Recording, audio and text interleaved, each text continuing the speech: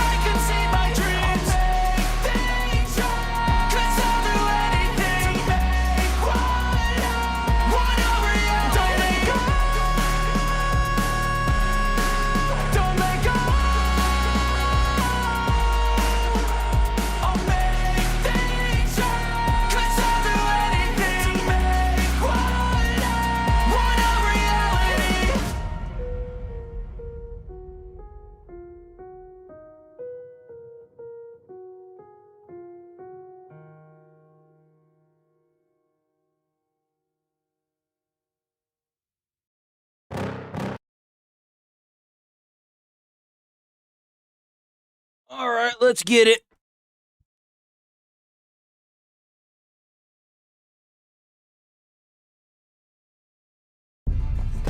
Oh, here we go. What's this?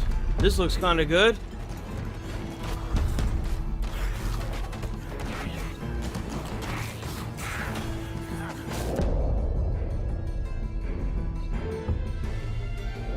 Ooh, the creators of Diablo and Diablo 2, really?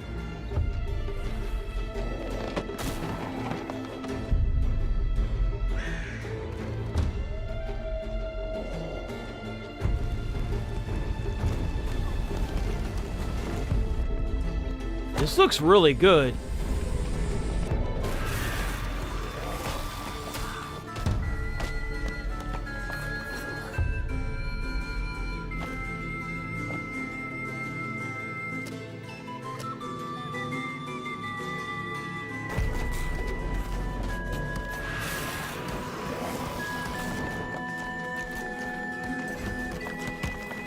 Looks like it has co-op.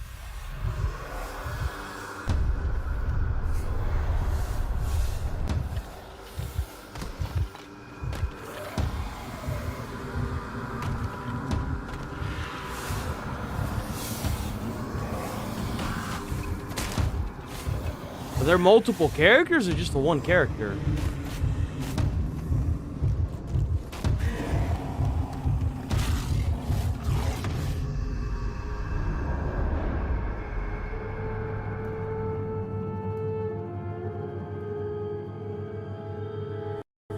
Oh, it's being kickstarted. Nice. It's on Kickstarter.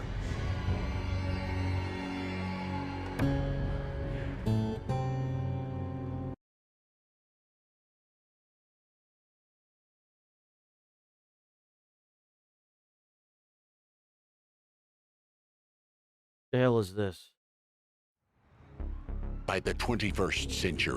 Fallout 4 is awesome. I love Fallout 4. I personally think it's one of the best ones. 76 is pretty good, but that's online-only multiplayer. Spellbound. Corruption, violence, fear. The authorities wanted order, but what they got instead was the bounty hunter John Sawyer. They said the job comes with benefits. Called it improvement. But they built a war machine, and it grew ambitious. They call him Rogue.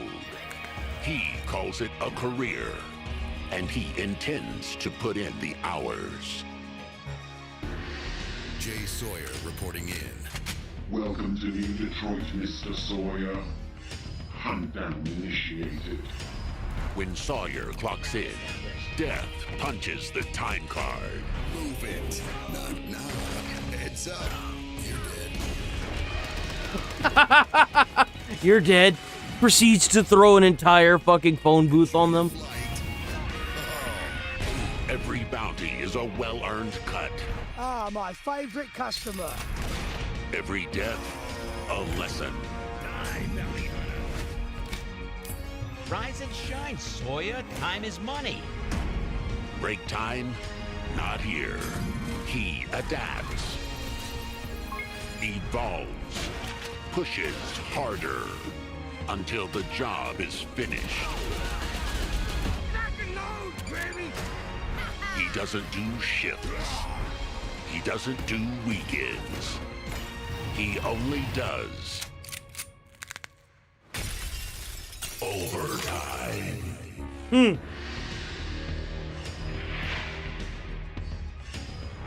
Bro, I love the vibe of this game. I love the vibe of it. It's got like that Terminator, like, was it 1990s vibe to it? I love it. Like the way the actual logo looks. All right. I love everything Let's see about if it. this wakes up the dead again. Nah, speak of the devil.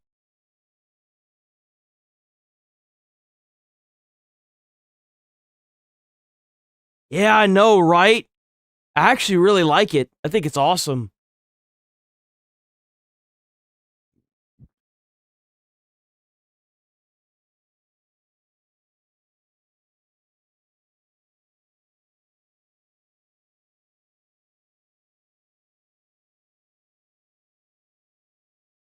The hell is this? Is this garbage? What is this? It's pretty.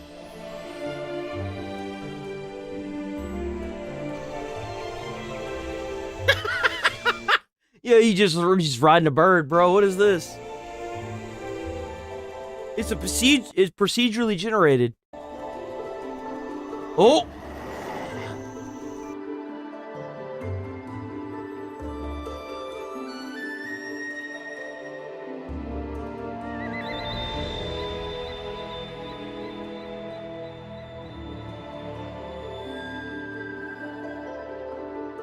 No, probably not, but I'm definitely going to be dipping into that Fallout 3 remake. I've been playing Fallout New Vegas. I've been enjoying the shit out of it so far. It's actually really good. I've actually been enjoying the hell out of it.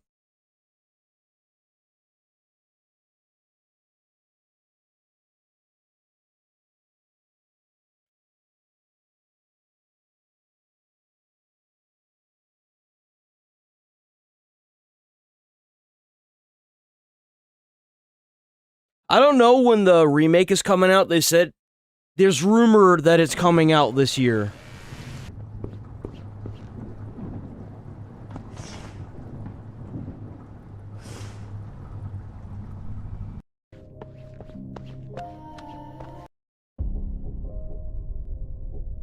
Oh, what the fuck? What is this, like a base building?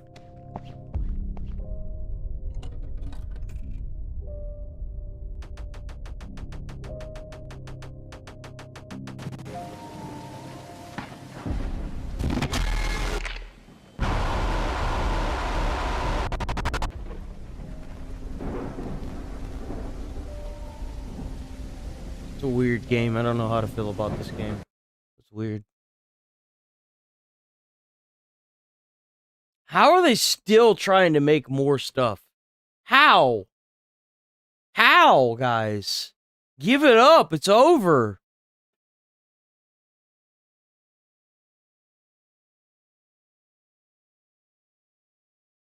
This looks fun. Oh, this is that drone tank game. You like fly around as a drone and then you could like clip into a tank.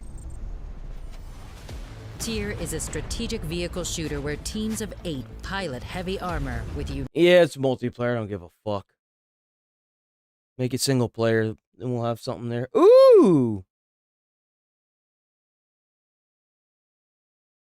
Is this real? Is that Shroud? There's no way. Is that Shroud? Oh my god, it's Shroud! Yo, no way! Dog meat.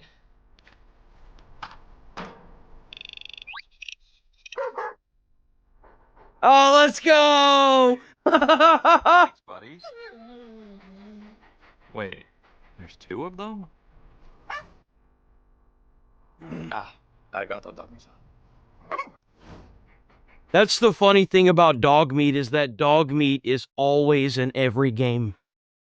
And it doesn't necessarily have to always be the same dog. Oh, wow. Okay.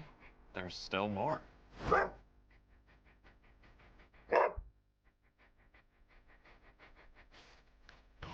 Aw, that's way too much information, buddy. All right, dog meats, assemble up. First order of business? Bro, it's so nice to see these big-ass game companies and these movie people. Like, Ryan Reynolds got interviewed by Jacksepticeye one time. It's nice to see that they understand that content creators are no longer just that thing that nobody wants to talk about. They have to acknowledge their existence because a lot of these people are so fucking big. Going back to my settlement. Okay, settle down. Second, have any of you guys seen my son? That's okay. Come here.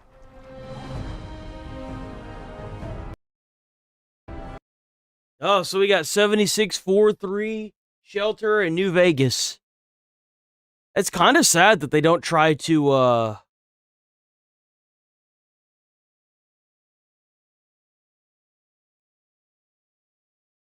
It's kind of sad to think that they don't really talk about the first 2 Fallout games. They should remake the first 2 games. It'd be so cool.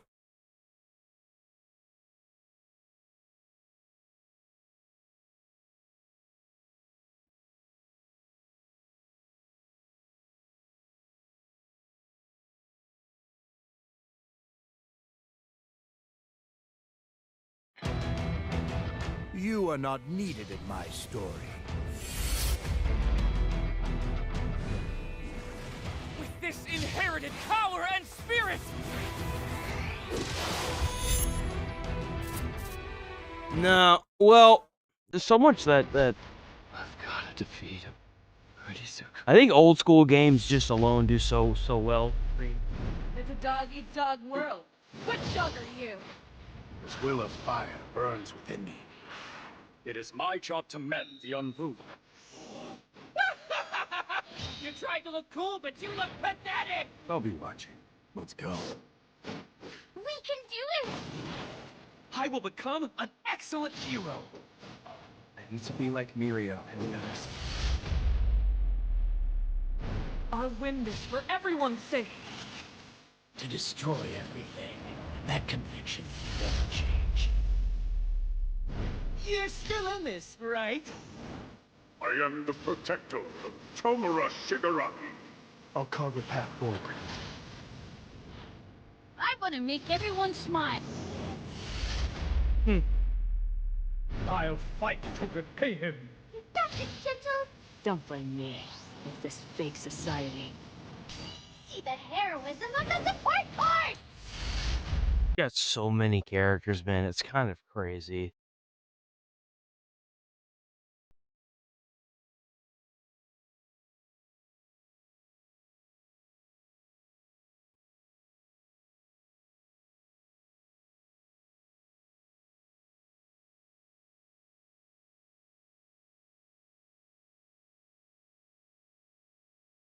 Okay, I think that's everything for IGN. Let's try PlayStation. I don't think there's going to be that much of a difference. Oh yeah, they have a new update for Terraria. It's probably going to be mid. They take too long making their updates, man. Terraria need to get on their shit. Can't tell me it takes them half a year to fucking make an update for this piece of shit pixelated game, bro.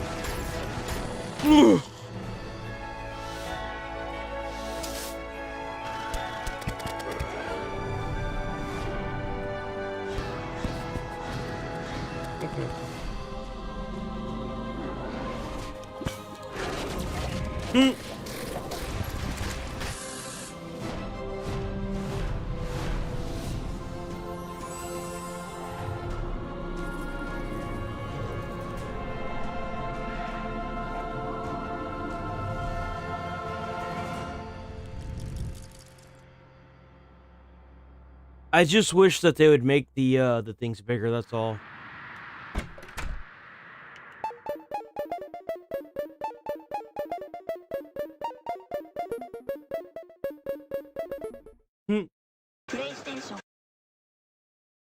Their worlds need to be bigger.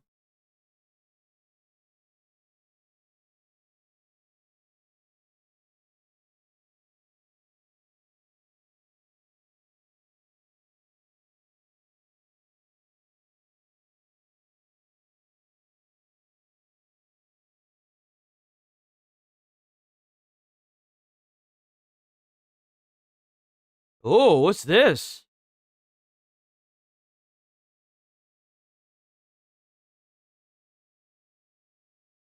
This looks good. In Norse oath of blood, you are Gunnar Gripsen, son of a murdered Jarl, and you are driven into exile. But you will rebuild, earn sword fame, and lead your warband to vengeance. You will not stand alone. Come and live with us. Hunt for our village. Builders and farmers, We will welcome you and help you build your home. traders and craftsmen, I am the greatest blacksmith this side of the Sonjafjord. all will lend their hands to your cause. I am a skilled seamstress and can make your clothes. But first, you will deal with the brigands, yes? Yet it is your warriors who will win your glory. With your Drengers, you will hold the line, protecting your more... Why has it gotta be turn-based? Or charge headlong... Oh! Why? Fuck! It looks so promising, too. This is 15 minutes. What the hell kind of trailer is 15 minutes? With reuniting the surviving Greymen, houses, and organizations of Pywell.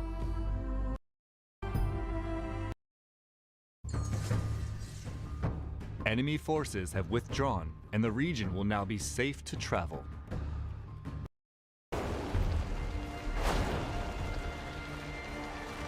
What the fuck is that? A trusty steed provides reliable travel, but Cliff himself can climb and even glide across distances. What the fuck? Yo, that's how, like, it used to be.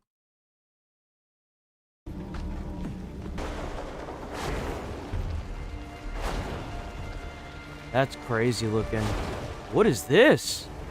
Further into your What the journey, fuck is you'll that? also gain access to a missile-firing mech and a dragon that will allow you to soar high above the world. On your journey, you will meet a wide variety of the Hold on, wait a minute. Hold on, wait a minute now. What the fuck is this? Oh, it's that Crimson Desert game. Oh, it's that game that looked really good. Oh, here we go. Hello everyone.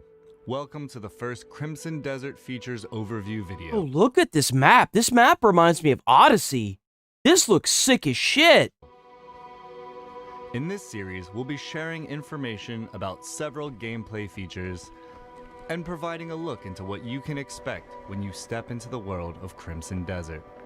Look at the freaking landscape. It looks so good. Is that an aqueduct? There's floating rocks over here.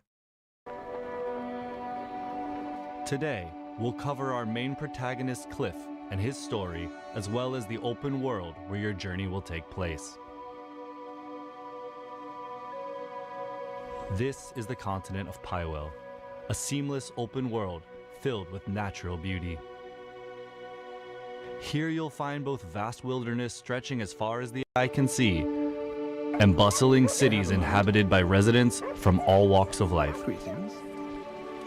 As you explore, you may also come across ancient ruins and more just waiting to be discovered. But for all its beauty, danger lurks in all corners. Rival factions clash in deadly conflicts. Oh, look at that combat. Oh yeah, this looks a lot like Odyssey. Roam the lands. And high above, in the realm known as the Abyss, a growing mystical imbalance threatens to push the world toward chaos. This is where you step in. Here, take these wings. It's time to return.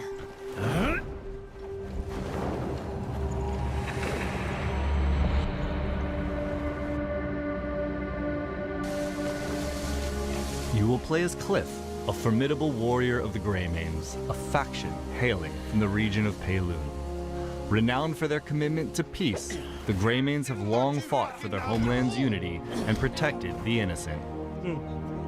To Cliff, his fellow Greymanes are family in all but name, and he has fought with them side by side, determined to preserve unity in their lands. Rest well.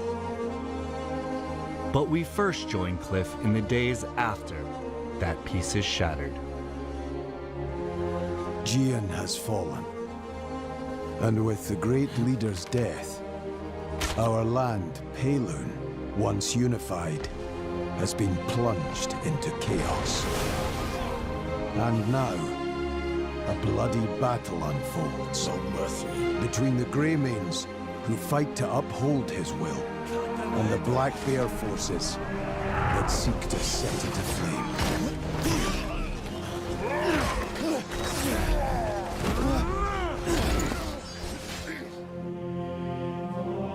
Your journey begins with reuniting the surviving... Yo, look at that armor. That's sick. It looks like a wolf.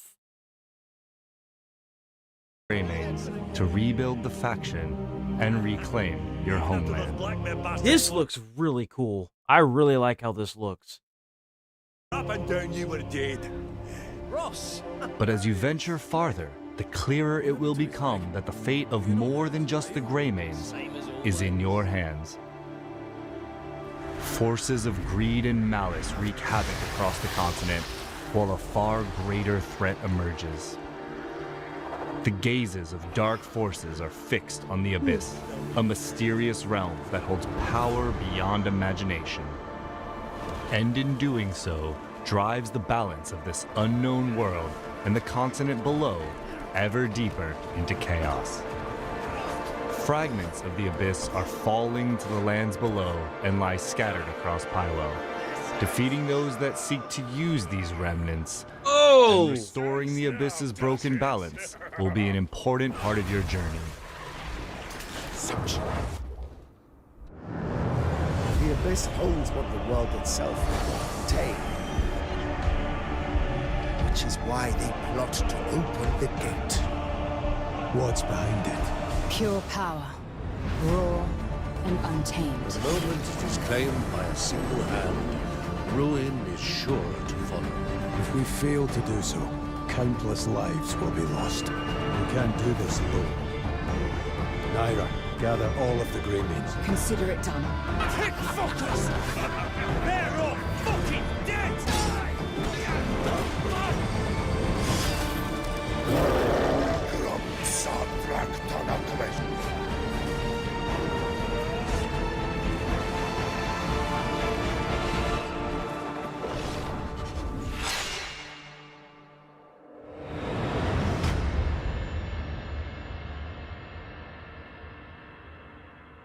The story of Crimson Desert centers on Cliff. This way. How's the situation? But as his tale unfolds, 2 new playable characters will come to join your journey. Really? As these So you could play as multiple characters as well. characters become available, you will be able to freely explore Pywell and undertake many quests It's supposed, if I'm not mistaken, it's going to be open world. outside the main story with them. Oh. Granite. Each character has their own combat style, as well as Garnet. unique skills. Probably, it's and actually probably Garnet, isn't it? It's probably Garnet. It looks more like Garnet. It is Garnet. Okay. Not Granite, Garnet. Each character has their own combat style, as well as unique skills and weapons, allowing you That's to cool. experience the world She has and a its gun? battles in different ways. He has a cannon.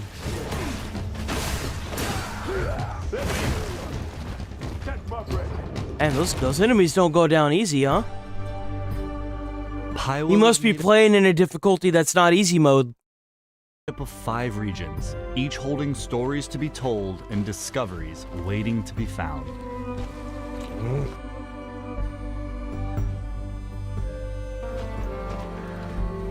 Yo, look at that shield! It's a dragon! The horns are... Dude, that looks so sick. Yo, look at the craftsman on that. That is insanity. Oh, wow. The detail in this game is crazy. Look at the giant. There's a giant just roaming the town.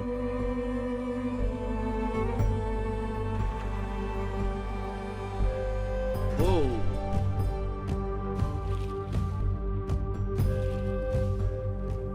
This game looks so good. What's the catch? There has to be a catch, right? Follows Cliff's journey through the central story, but questing in Pywell goes far beyond. This looks like a mix of Assassin's Creed Odyssey, Final Fantasy, and a little bit of The Witcher. That's what it kind of reminds me of. Following a single path. The continent is full of other tales, interesting encounters, and hidden challenges that all shape your adventure. And you're free to take them on in any order you choose. Many of Pywell's quests revolve around the factions, houses, and organizations of Pywell. Look at the size of that map, bro. Look at the size of that. This is probably only like a section, too. Look at that. Some of these quests are grand, with large-scale objectives like reclaiming fortresses and taking on formidable foes. Do you know how to drive a wagon? Would you take the reins and get me to the trading post? While others are quieter, requiring you to help now we got a mix of Red Dead Redemption in there. Look at that. residents with everyday tasks. Huh. That's so cool. Yo, I will definitely probably want to play this game when it comes out. From the outset, some factions will be friendly and may give you missions. The Bleed Bandits are raising an army of their own. And worse still, they've stolen the family spear manual. My son Graham went to reclaim it, but he's gone silent. Yeah, that's why I said Odyssey. It really reminds me of Assassin's Creed Odyssey. The rest of my men serving the Duke. I find myself in need of your aid. Others, however, are hostile forces who are residing in or occupying the area. Roothold, originally under the jurisdiction of House Celeste, is currently blockaded, under siege by the invading forces of Gwen Kraber. The area will be liberated once Gwen Kraber and Kraber's soldiers are defeated. Odyssey's a great game. It's honestly one of my favorite Assassin's Creed games, hands down. I've played the Lorenzo collection. I don't understand the appeal to it. I just don't.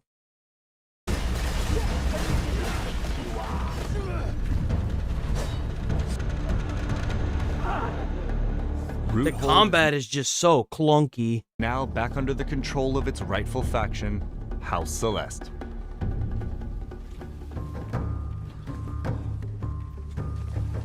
What the hell is that thing?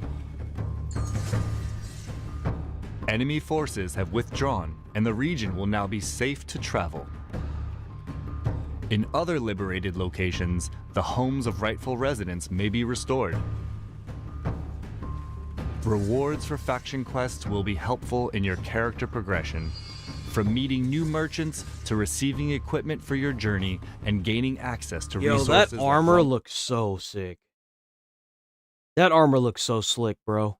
Merchants to receiving equipment for your journey and gaining access to That looks resources nice. like lumber, stone, and other Can materials. you I wonder if they're gonna let you change the colors of the red, so you can make it like the red inlay. I wonder if you can change that to a different color. And gaining access to resources like lumber, stone, and other materials. And not no like pussy change, right? I don't want it to be slightly different. If I wanted to make that shit black, I want to see the black. You know what I'm saying? Need to rebuild the Greymane's home. Yeah, you could put on the Trump gold, that nasty looking Trump gold that he's putting on everything. You put that nasty Trump gold on there. Yo, that would be funny. In Pywell, exploration is more What than the travel. fuck? Is that a house? That's a house. It's a house. In Pywell, exploration is more than Yo, what if you could have that thing? What if you could have like a house that walks around in the game? Wouldn't that be sick? travel. It's discovery. Yo, between this and the new Fable game that's coming out, man, the options. Whether it's finding undiscovered points of interest, hidden treasures, or simply a vantage point to take in the view, there is much that will draw your curiosity to wander.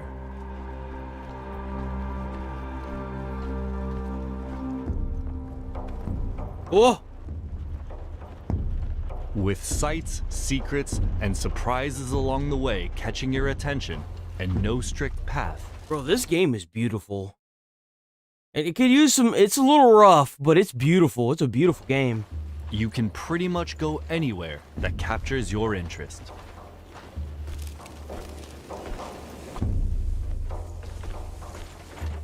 That was one of the main things that I loved about The Witcher and the Fallout series. Just being able to just explore and finding new adventures every time you turn a corner. It's so fun.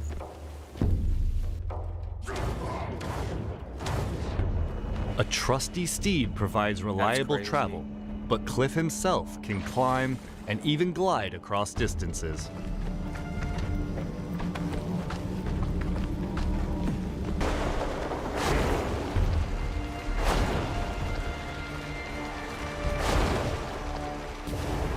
Further into your journey, you'll also gain access to a missile fire. I don't even know how the hell you go from riding horses to this. This is crazy. And a dragon that will allow you to soar high above the world. On your journey, you will meet a wide variety of the continent's inhabitants as part of everyday life in Pywell. Amongst them, hostile factions and enemies each present their own threats, from well-trained soldiers and sorcerers to ferocious beasts and machines that will test your combat skill and adaptability. And for those seeking a different kind of challenge, Pywell holds many mysteries. From ancient mechanisms hidden in forgotten ruins to enigmatic puzzles, each rewarding keen observation and problem solving. What? That's crazy. Now, let's go over just some of the things you can discover out in the world. What the? The Abyss is a mysterious realm brimming with secrets and untold power. Its influence stretches far beyond its own borders, spilling into the lands of Pywell. Fragments have fallen to the world below and lie scattered across the continent. And discovering these remnants will be an important part of your journey.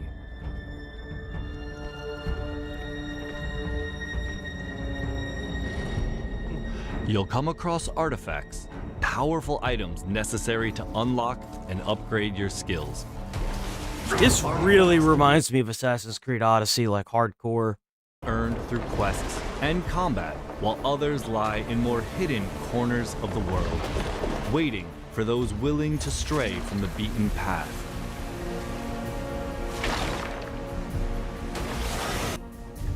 Traces of the Abyss you discover will open up fast travel. There's gonna be some pretty hard contenders this year.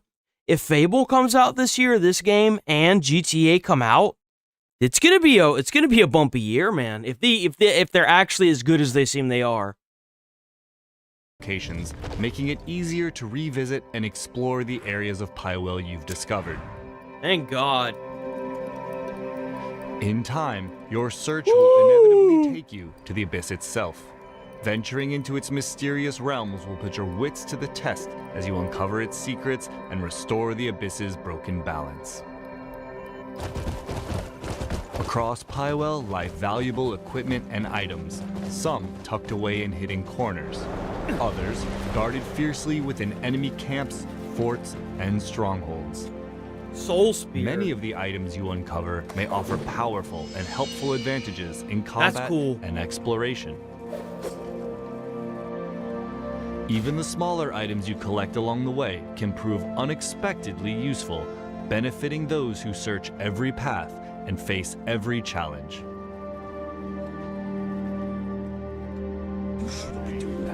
The world of Pywell is rich with knowledge waiting to be uncovered, from knowledge about its inhabitants. It's alligators. Those are gators, man. Look at that. And wildlife, to skills, items, and more. Those bears? This information can be acquired in many ways, by interacting with characters and objects, exploring new areas, and even observing from afar. The knowledge you gather may provide clues to completing quests. Hey, you can fish in it too! Acquiring new skills, or offer helpful guidance.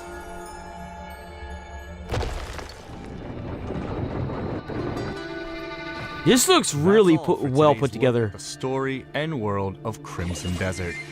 Oh.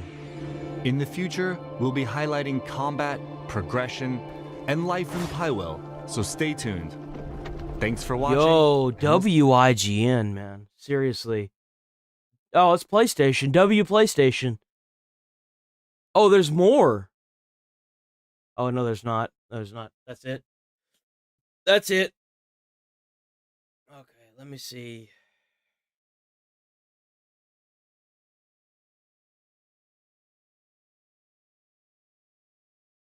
Well, we're on the topic of gaming. You know we got to talk about High Guard. High Guard is finished. High Guard is here, and High Guard Wait. You didn't hear it. I didn't hear it. High Guard is here, There it is. and High Guard is forever. Welcome to High Guard. It is a game that will last forever. A game whose popularity will never fade. Unlike Concord, which shut down 2 weeks after it came out. This Concord, nah. This High Guard, they already have a year-long plan for this. No. Bro. It's funny that they have this year-long plan. Just so you guys are aware, it's lost 85% of its player base. Yesterday it was sitting at 11,000 players.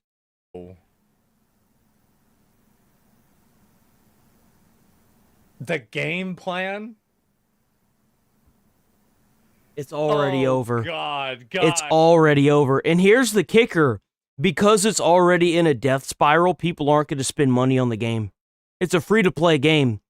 People aren't going to buy cosmetics and stuff because it's already losing player base like crazy. It's already in the death spiral. Guys, It's over. Guys, Concord? Yeah.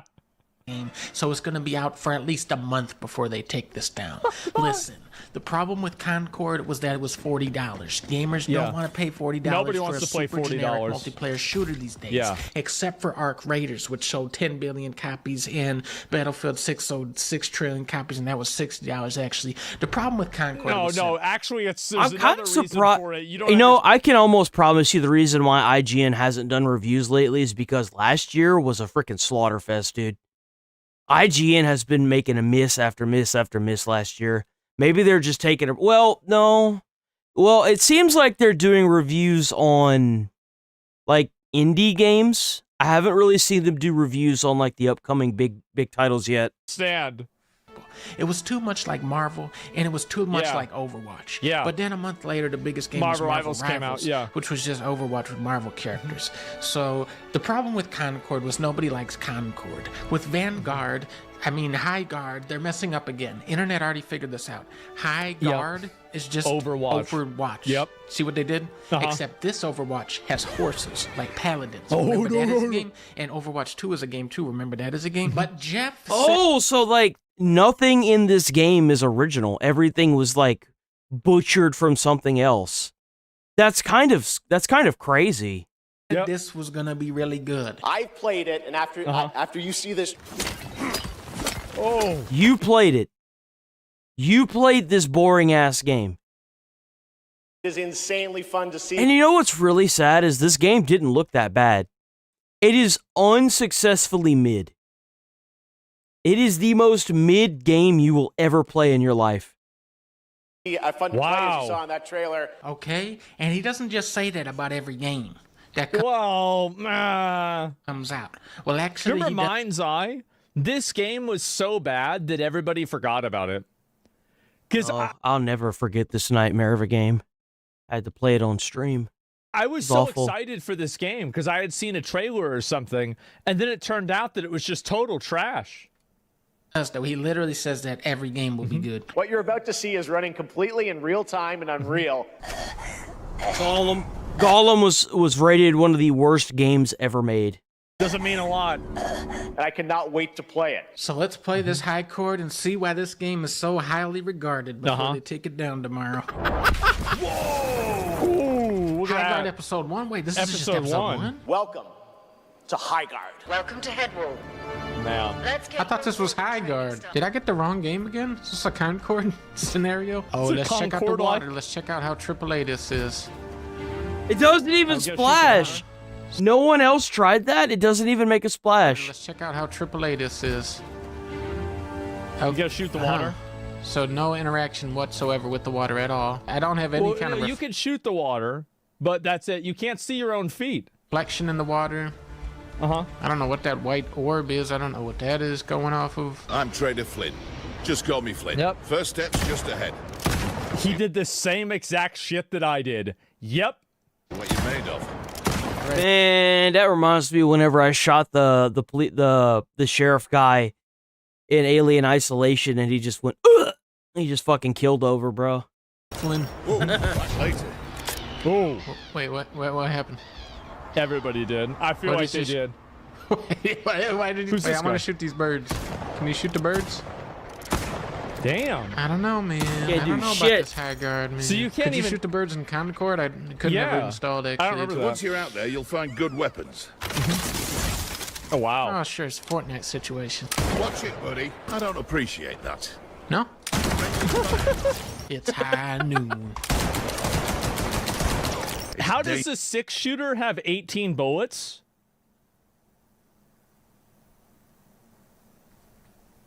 Huh? How did... Hold on, wait a I minute. don't remember Once that. you're out there, you'll find good weapons. Oh, wow. Oh, sure, it's a Fortnite situation. Watch it, buddy. I don't appreciate that. No? It's high noon. How does a 6-shooter That's kind of have- crazy. Don't quite go away now, do we? Let's see what power you've really got. I'll meet you over there. Okay. How about it? That's the blue one. Are you sure? The blue one. That's the red one. Uh-oh. Heads up, Warden. Sorry Oh. about this. It's magic? Of I course. love this part. Oh. Hey! Sorry about that one, mate. Well, That same thing happened to me. Like 80 times already, so I guess. Training complete. You have become one of the greatest high guard players. Oh, this is now it's time to play the game. Concord players of all. All right, let's go. Let's see it. Your connection to high guard has been lost. Yes. Welcome to Highguard. Who am I? Man. My name is Boss Binka. I wonder if Jeff is going to say anything about this next. I bet it takes so long to get into a match now, with there only being 11,000 players. I bet it takes so fucking long. Time he does a show. Remember, guys, Jeff Keighley gave the last slot of the Game Awards away. Usually that slot is reserved for somebody who pays $1 million plus to get that slot for free. He let them run this dogshit game in the last slot of the Game Awards for free. Remember, I wonder what's going to happen now. Because, like, yeah, I feel like he's not going to... He's got to do something, right? I don't know. I was one of the best Concord players. Now, the entire Concord community is migrating to this game. Literally hundreds of players. Condor? That's like Concord. Literally hundreds of players. Maybe I should be Condor. Getting on my mount. Writing out. Oh my god, It's good dude. that she told me that because I'm playing. Yeah, with you don't know iPhone if that's now. true or Check not. out how good I am at games. Do you I'm gonna blame snipe Jeff guy for this? while on a- Do I blame Jeff for this? No, I do not. I do not blame Jeff for this. I don't have anything really to... Like, I think that, honestly, Jeff hyping the game... I lost. We've got baddies nearby. Baddies, huh? You haven't even seen bad yet. Check out how bad I am at this stupid game. I can't hit anything. I don't even think the game has just PvP. I don't even think it has like a team deathmatch or anything. It's literally like capture the flag. Straight up. You bring in this big ass like ram and you have to break down the enemy barrier and then you go in there and destroy 2 generators and that's the whole game. That's it. That's all they have released. See, this is like the base health right here. That's the whole game. There's no other game modes. There's nothing. It's just that game mode. He really just like me. I don't know what the fuck they were thinking when they made this. I understand that. Is that a turbo blast? Yep. Okay, I like that. A horse turbo blast. This is like a spinning group that just spins in circles. What the fuck? I didn't see one of those. What is that? Standing there. What the fuck is that? Jeff was right about Mind's Eye. I didn't even realize that they had mobs in the game. Super good at this game, so that means the game is super good. Yep. Oh. Yeah, never mind. I'm Concord. No, wait, I can't. Bad news. We deleted High Guard. Take this. Here we go. Yo, how many times do you need to shoot somebody to kill them? Goddamn. Here we go. Oh, he missed most of the shots. Never mind. Damn, he got it with the axe. Man, damn, he got both of them. That was pretty Jeff and good. High Guard and Discord. And I love Mind's Eye and Arc It is Raiders 3v3 only. And the maps are way too big. Jeff, you just lost one of your biggest fans. Are there Tugans? Is there a Tugans show? There's Condor as a character. Uh-huh. All right. No! My connection to High Guard is not. No! Well, I actually booted you guys out so I could play. It can only have 3 players on it. From what I understand, nobody was sponsored to play this game either. If you're I don't know. boot disabled, please enable and restart game. What the fuck does that mean? Why do shooters have all these bullshit mechanics that ruin Doom games and now this trash? I think that it's because they tried to do something new. They wanted to reinvent what the gameplay loop was, and I can respect that, but there's a reason why most things that are deviations are failures. I think this is another example of that. I have to go into my computer's BIOS? Yeah, you gotta do something in the... Bro, the last thing that I would do in my lifetime, after playing 1 or 2 matches of this dog shit free game, is go into my computer's BIOS and mess around with the settings because of this game. I would just uninstall the game and call it a great day.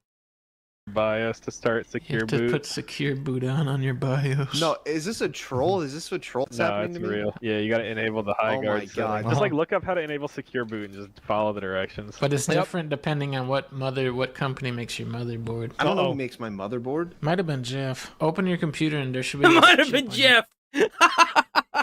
Motherboard. It just says high guard mode and switch that to high. I'm reading a fucking manual on how.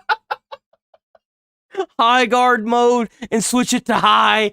Turn it off. Oh, you get war chest. It's like a Counter-Strike. So they have. Man, it's the computer saying that it's a type of virus, man. You got to delete that shit off your computer. You gotta delete high guard, man. Wait, are they getting out a free battle pass? Jesus, what a joke. The first one's on us. Welcome to high guard. Welcome Wow. to high guard. All right, just do the training mode. Do the training mode. There's only been one game that has done this right. And it has been Fortnite. If you buy a battle pass in Fortnite, you pretty much are guaranteed to unlock it every season. If you buy one battle pass, you're almost guaranteed to have access to every battle pass after it.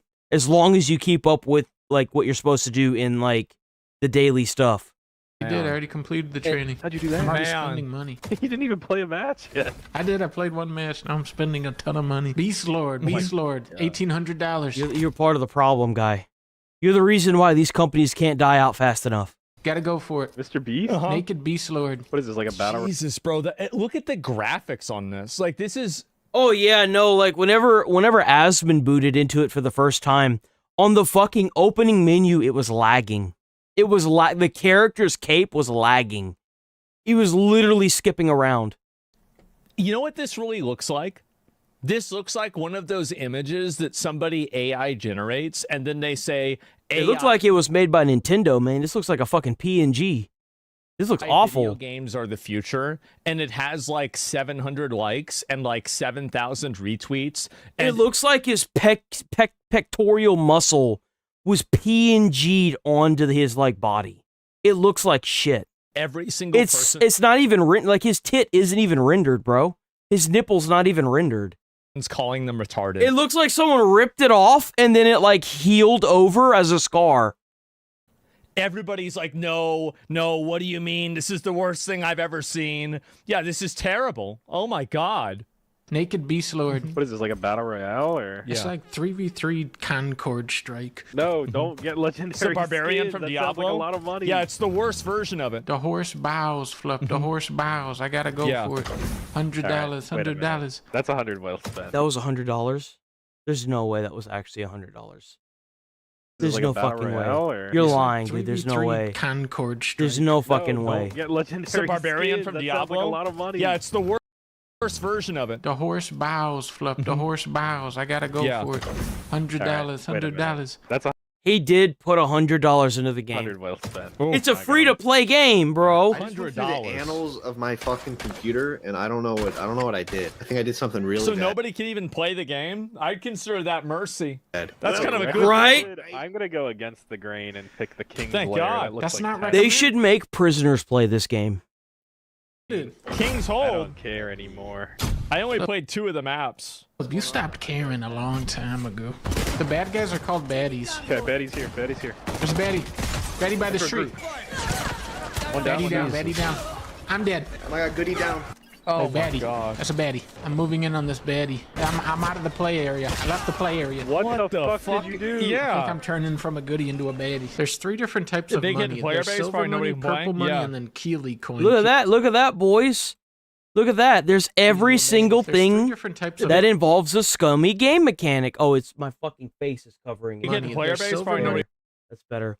You've got don't know what money equates to 1. Don't know what money equates to 2. Don't know what money equates to 3. Warden credits. See, this is just so scummy. This is a scummy system. You put money into the game and you don't even realize how much money it is because you have to buy the in-game currency, and then the in-game currency that you put and buy like on a horse or a cosmetic is like $30 or $40, but you don't have that like USD, like the real world USD to actual cosmetic. So you have that like you have that dissonance that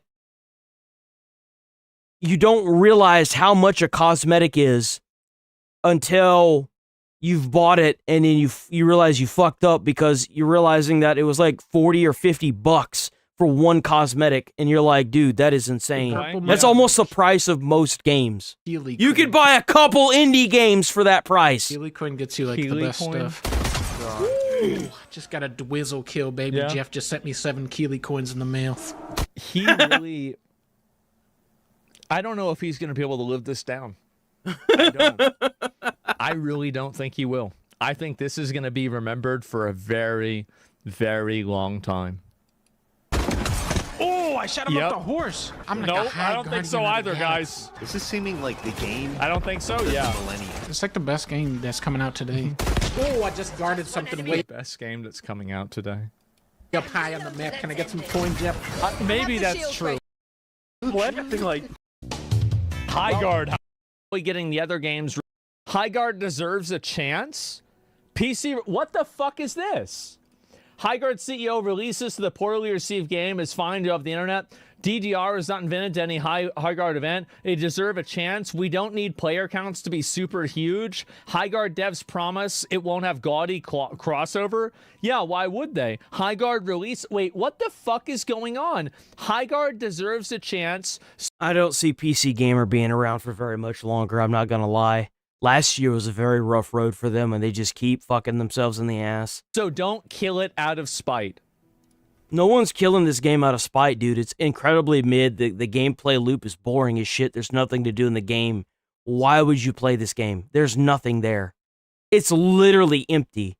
I have played games that I've never heard about that were multiplayer online only and gotten thousands of hours of like gameplay out of them. Like, for example, Dust, I think it was 514 or something, or 515. And I never had played the game before, and I just downloaded it because it was free on PlayStation 3 way back in the day. And I must have spent like $50 in that game and gotten like a whole lot of shit. And like played it for hours, dude. It's crazy. Too late. Mm-hmm.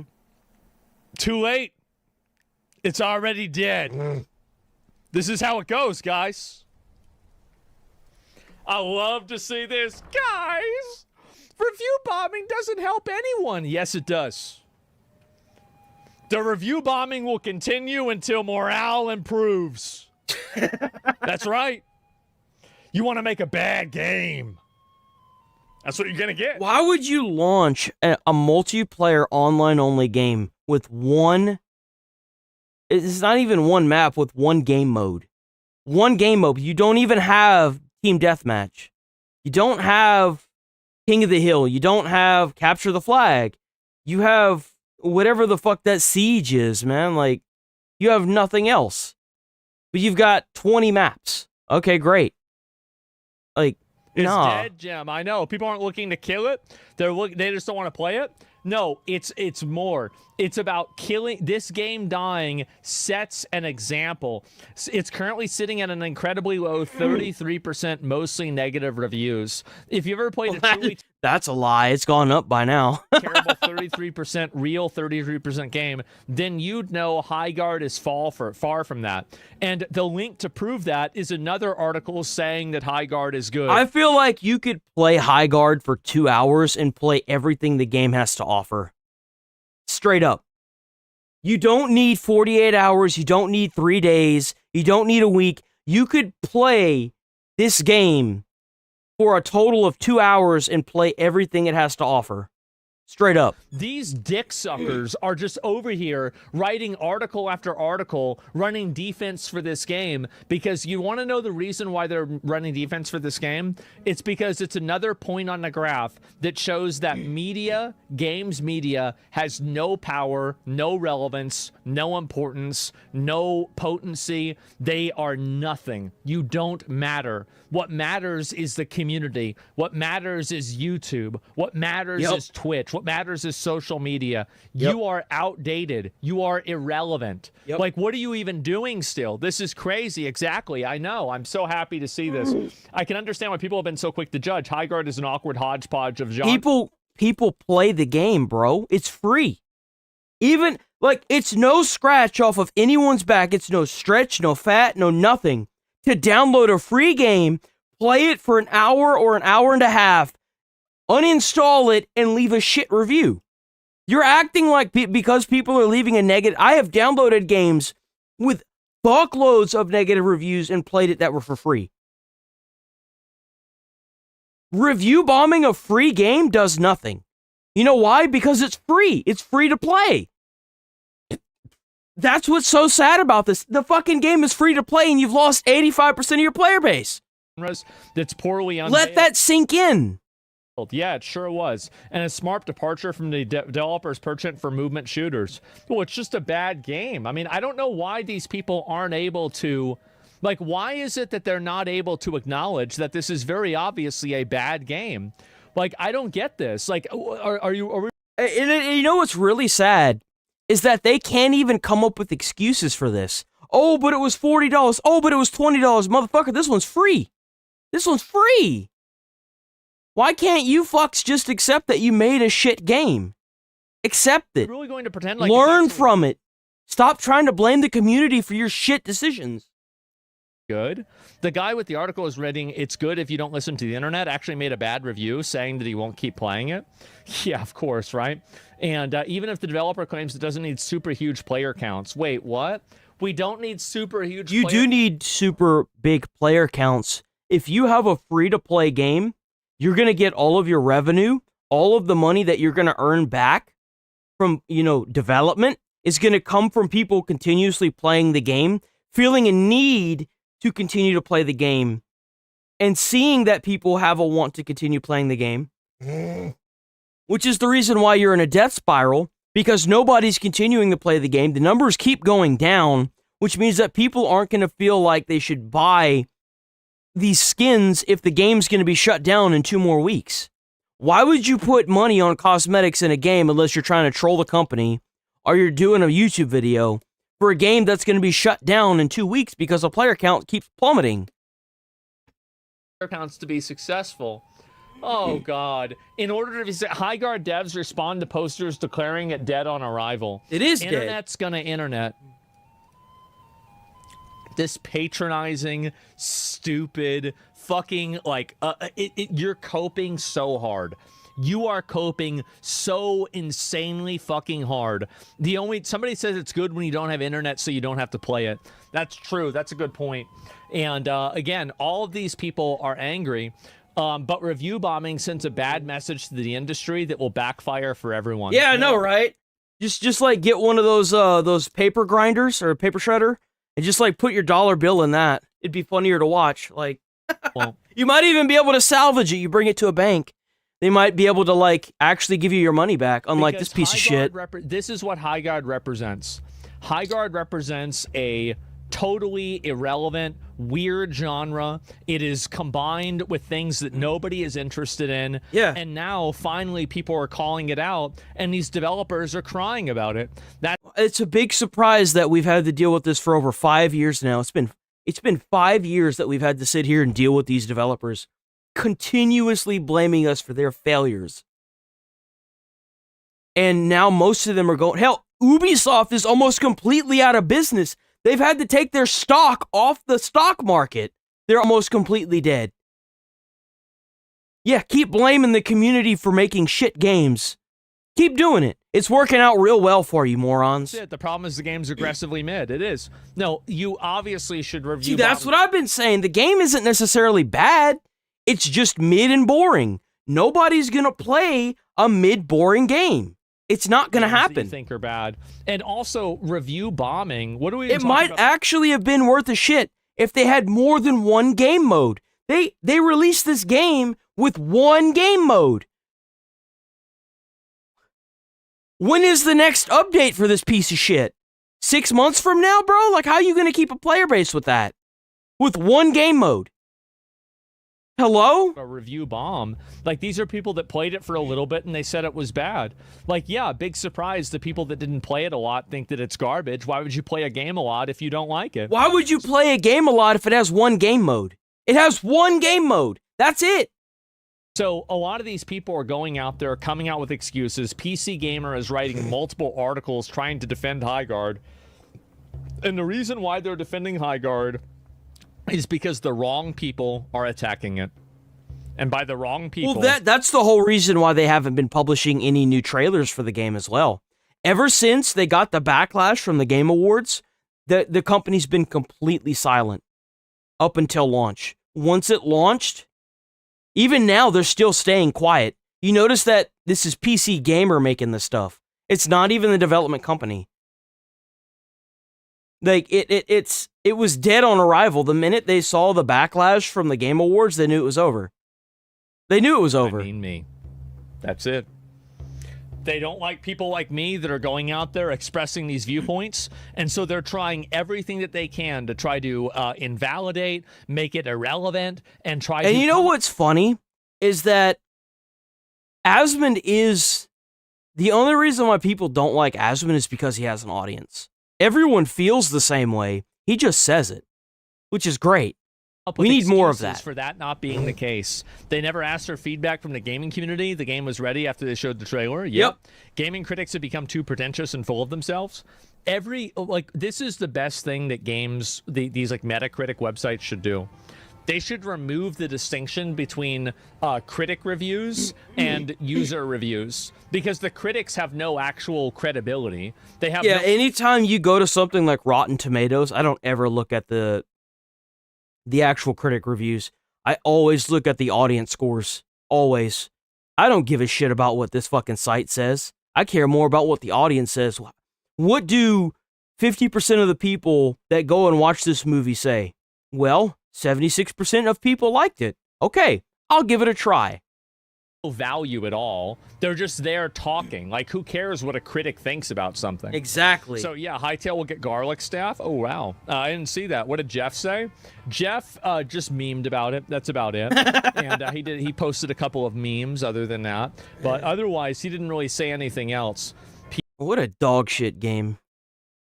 Another one for the dumpster boys. So you know we got this coming up. So apparently the people that decided to put the Star Trek into a dumpster fire, light it on fire, then call it a great TV show, says that we're the ones to blame for their dog shit. Why does this seem to be such a common theme with these guys? They make the shit thing that doesn't sell, and it's our fault? How does, when in consumerism has this ever worked? Finding the positives in Starfleet Academy is a bit like opening a daycare check out the Critical Drinker, by the way, W Critical Drinker. Club. Yeah, I guess it could be done in theory, but man, there's a whole lot of obstacles in the way. After all, we're witnessing... It really sucks because they had a great cast. They really did. They had an amazing cast of really well-known older actors. And man, they just put all that in a goddamn toilet and flushed it like it was a pile of shit, didn't they? In the final death throes of a 60-year-old franchise that survived a decade of cancellation, the end of the Cold War, and the visual and intellectual diarrhea of the J.J. Abrams movies. It's like watching your favourite long-retired boxer lumbering back into the ring for one more fight, punch-drunk and overweight and a shadow of his former self, getting completely pummeled and humiliated by an opponent half his age. But leave it to that bastion of hard-hitting journalism, the Mary Sue, to cheer everyone up. Wait, do they still exist? Wow. Whatever. Let us examine this fair and completely unbiased article, shall we? Those dude bros mad at Starfleet Academy aren't actual Star Trek fans. How's that make you feel, Nigel? How's that make you feel as a Star Trek fan? I actually can't speak for this.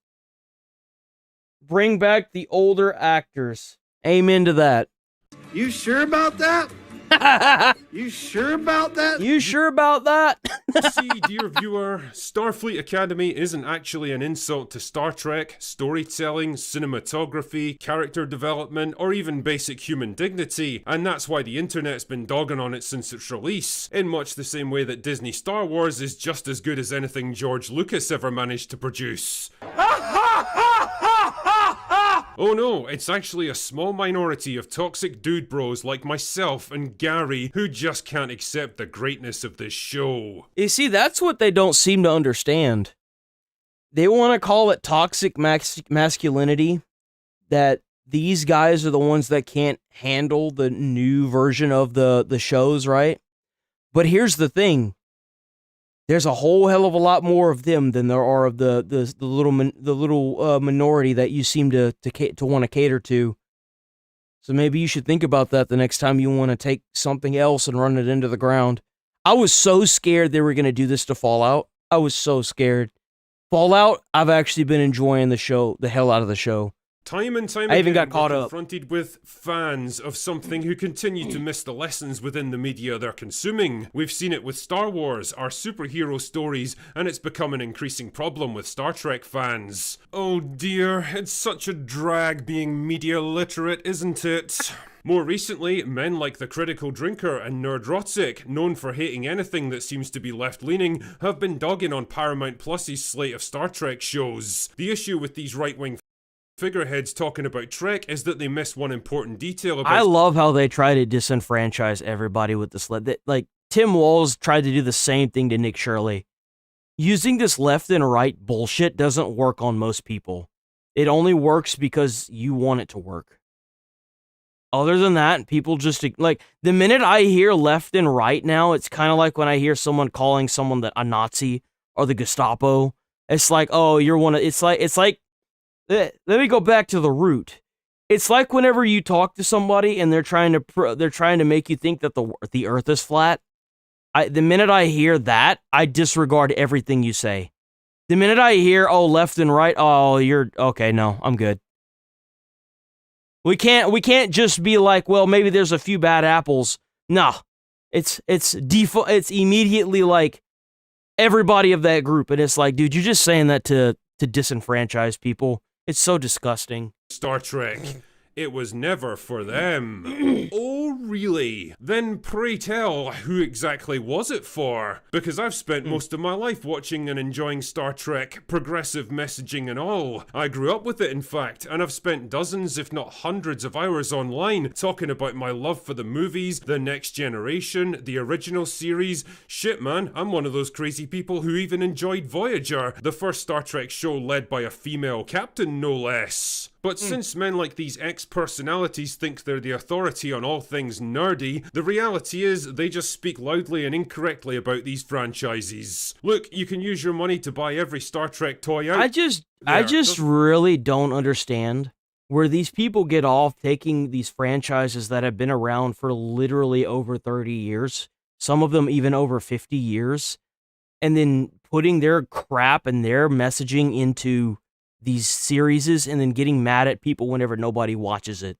or calls them out for it. Where do you get off doing this? Seriously. Doesn't mean you understand what this series is saying to you, and now with the new series Star Trek Starfleet Academy, we've seen an uptick in their lack of understanding of what Gene Go woke, get broke, bitch. That's right.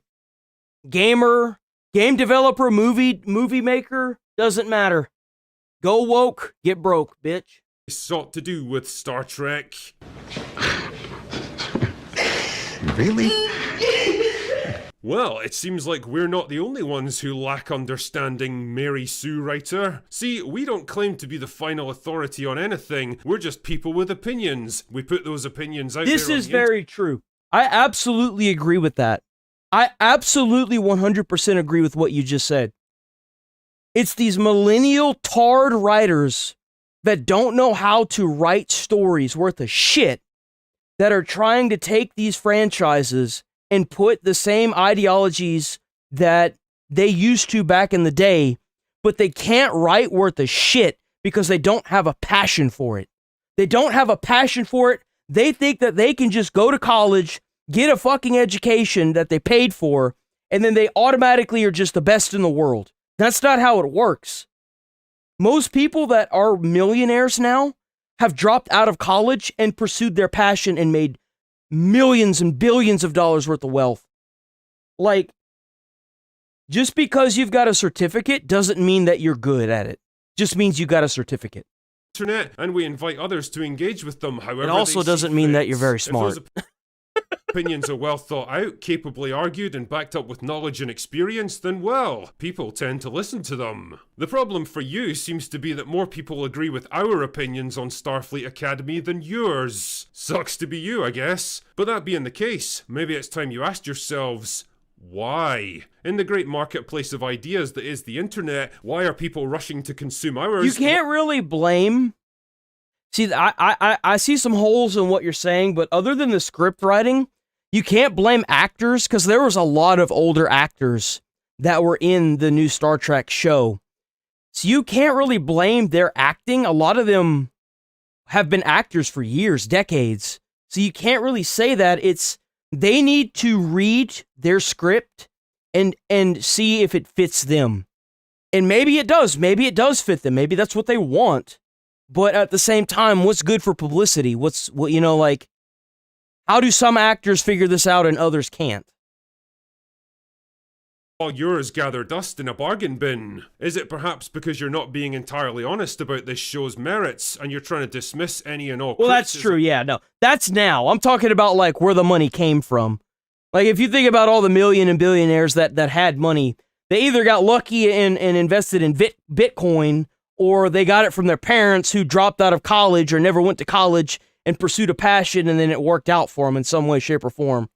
That's typically argument of, this was never made for you. The reality is that Star Trek was made for everyone, no matter their background or political persuasion. It was the very definition of inclusive because it presented its audience with ideas that they were invited to consider instead of propaganda that they were commanded to accept. Whether it was questions of ethics and morality, the value of the individual versus the needs of the collective, whether we have the right to interfere in other societies even if we believe we can do good.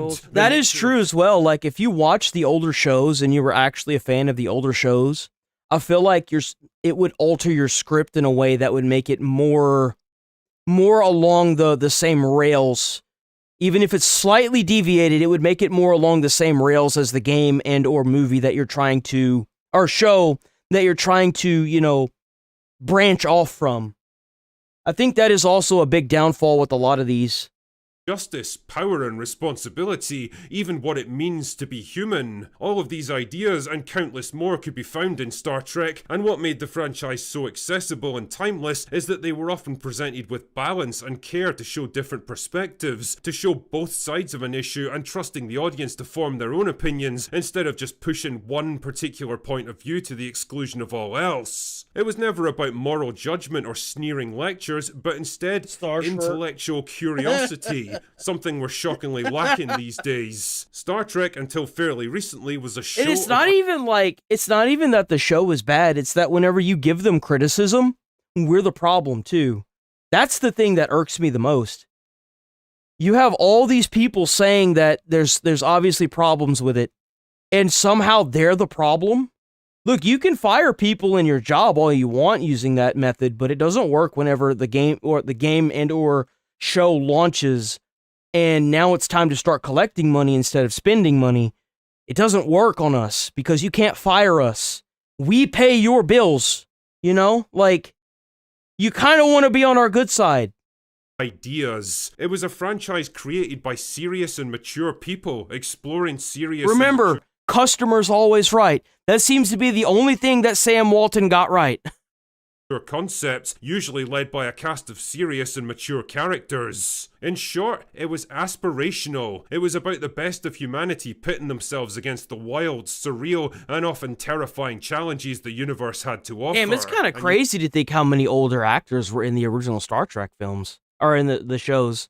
There's a lot of older actors, man. It was fucking awesome. Starfleet Academy, on the other hand, is none of those things. At best, it's a trite and melodramatic teen soap opera with all the angst and relationship gripes and overwrought emotions that come with it, cartoonishly over-the-top villains, and a cast of characters that I wouldn't trust to run a Starbucks, never mind command a starship and explore the galaxy. Dialogue that's the writing equivalent of verbal diarrhea, written by aging millennials acting like Gen Z, trying so desperately hard to be funny and edgy and cool that it's like watching your granddad trying to hang out in a Call of Duty lobby. Star Trek for the TikTok generation, for an audience of low attention spans, low IQ, and low interest. It's a show about idiots, made by idiots for idiots. It's not aspirational in any way, shape, or form, because it doesn't represent the best of Yeah, it's Hollyweird now, that's right. Though, like, I would say that Hollywood is mostly dissipated altogether because of all the, you know, all the issues that they had with the sex pests, the rampant sex pests that they had. Like, I feel like a lot of movies and shows that are coming out now are from studios, Netflix, Paramount, Amazon is, if I'm not mistaken, Amazon is Fallout. It's just like DC, Marvel, they have their own studios that are usually under like a big hierarchy. It's just a big fucking mess. It's all garbage. Future, it represents I don't even remember the last time I went into a theater and watched a movie.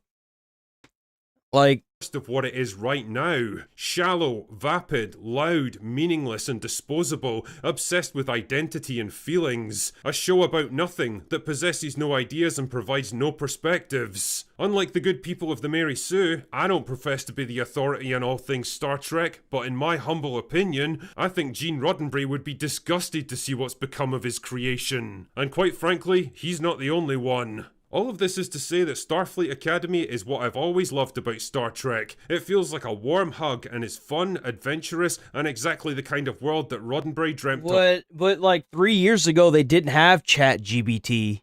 ChatGPT is new as of like the past 2 years. Like that argument just falls apart. ChatGPT hasn't even been around for that long. Like, all this started happening back in, like, 2019, 2020. Probably a little bit before that, even. It is wokeism. That's what it is. It's these weirdos trying to put their weird-ass ideologies in all these movies and games. Of 60 literally years what it ago. is. So don't let a bunch of nonsense on social media try to paint the show in any other way. Well, Mary Sue, I don't know what to tell you. I've explained my reasons And why. even if, like, ChatGPT did make the scripts, like, somebody somewhere who has been reading scripts for decades is gonna sit back and read the script and be like, this is shit, man. This show isn't worth watching, but if you genuinely think it's great and it makes you happy, then well, it shouldn't really matter what a bunch of curmudgeonly YouTubers have to say about it, should it? Unless, of course, there's a horrible little doubt in the back of your mind that maybe Starfleet Academy isn't the creative triumph you've convinced yourself it is. That maybe the reason so many people are criticizing it is that, well, it actually is just a bit shit. I'll let you decide. Right? Anyway, that's all I've got for today. Go away now. Yeah, I think everything's just been kind of falling off. At least the developers are trying to get back on track.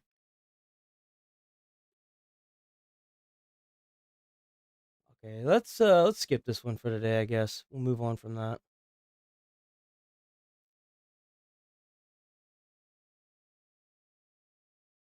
So, a lot has happened.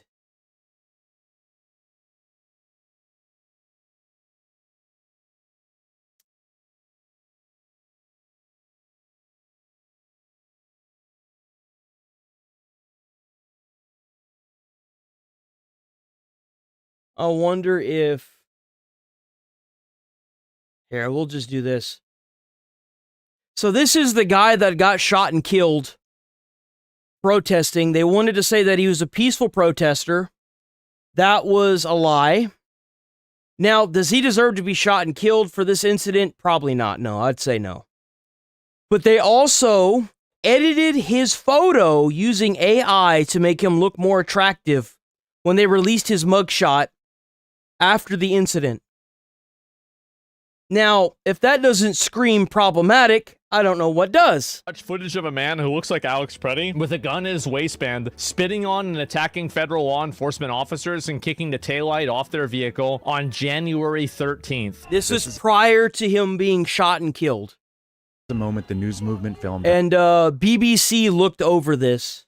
On January 13th in Minneapolis, showing a man who appears to be Alex Preddy interacting with federal immigration agents 11 days before Border Patrol shot and killed him. And he had the firearm with him as well. That does look like a gun. It does. And the emotional manipulation narrative of, oh, he was just a peaceful protester. He was just trying to go there and help everybody. That is weaker now whenever you see a picture of him kicking the taillight off of a car. That's Alex vandalism. Preddy broke a rib in a confrontation with federal agents a week ago before death.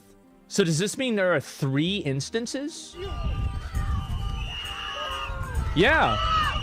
And he has a firearm. Bro, you have a firearm. Why are you resisting arrest?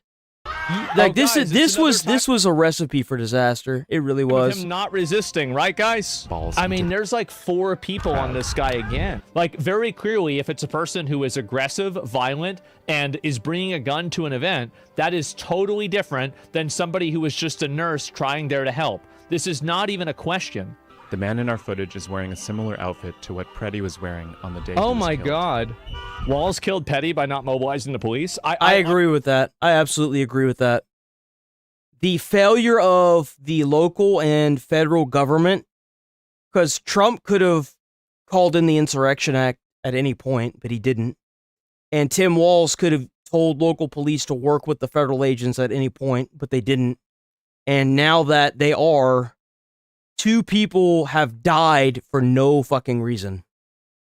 I ironically believe that. Because the state basically sanctioned this violence and this chaos to happen. And they sanctioned it by choosing not to work with the federal government. These people are fucking with the lives of millions of people. They are using these people. That's what I was saying before, how dangerous Tim Walz is. How corrupt, what a corrupt politician can do. Like pawns. Do you think his passing was justified after this? This has nothing to do with whether he deserved to get shot or not. This is a totally different conversation. Of course they need to investigate it. Duh. And so, and look, he was the one that escalated all of this. They were trying to drive away until he kicked the taillight out. So now this isn't the incident that he got shot and killed at either. This is an incident prior, like days prior to that. Smoke on the ground, So it would make sense that he would continue to escalate it to a point where, you know, section is shut down. All of this has happened, and this guy needs to be in the fucking vehicle right now. There's not even a universe where this is okay. If he had been arrested, he might have lost his concealed carry license, which would have but he'd be alive. He'd be alive. Oh, yeah. If he had gotten arrested, he would have lost his concealed carry, and then he'd probably be alive because he wouldn't be carrying his firearm. Didn't have the gun, which would have caused the officers to have a much lower probability of shooting him in the first place. Yep. The jacket? This is true. Oh, yeah. Man. I think we've got ourselves a bingo, boys. His pants also look like they're the same. That, I think, is the same guy. I think that's the same guy. Go back and look at the gun. I mean, I do think he had a gun on him. It looked like a gun.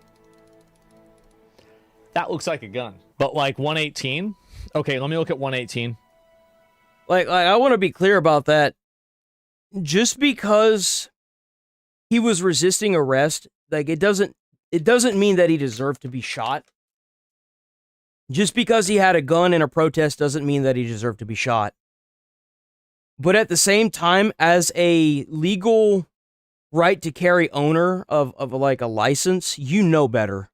That's why you go through the training before you get your concealed carry license. You know better. And you went out and did this anyway, and you were being violent and you were being aggressive with federal agents who had guns. Just imagine if this was a gang member. You really think you're going to be acting that big and tough whenever 6 of them pull out a gun? Like, come on, bro. At what point do you have to ask yourself, like, maybe what I'm doing is, maybe I should leave the gun at home and be responsible? Straight up.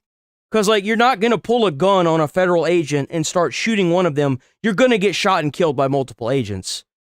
Like, why would you need a gun in a crowd like that anyway? Why? You're not going to win that. It makes no sense. Not to mention, all these guys have bulletproof vests. So, like, even if you shot one of them, there's not even a guarantee you'd actually kill one of them. Like, why put yourself in that position? Be responsible.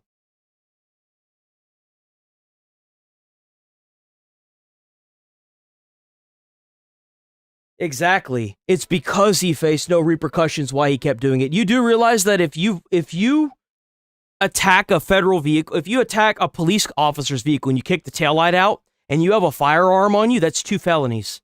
That's destruction of property and you have a firearm. Like, no concealed carry instructor is ever going to tell you that this is okay. I guarantee you right now, there are instructors teaching new classes that say, don't be like that guy that brought his handgun and got shot and killed. Even it doesn't matter who's right or wrong. If the ICE agents were in the wrong, put them in jail. Okay. If they had disarmed him, then put the ICE agent in jail. Let it be a thing. Okay. But at the end of the day, it could have all been prevented. That's the thing. This could have all been prevented. I mean, there it is, right? I don't know what else to say about it beyond that. You can't teach someone common sense, but you can be naturally selected out of it. I don't know what else to say. It happened fast. It did. And again, that's the reason why you don't do this shit, is because things can happen fast, people can make mistakes, and it doesn't matter whether you're right when you're dead. Retard. Man, they should have arrested him. If they had arrested him right then, On the day he was killed, the Department of Homeland Security he'd probably still be claims alive. Preddy- Yeah, I agree. All the government had to do was step in and do their part. Same with everyone, the get local. this. Blizzard is under.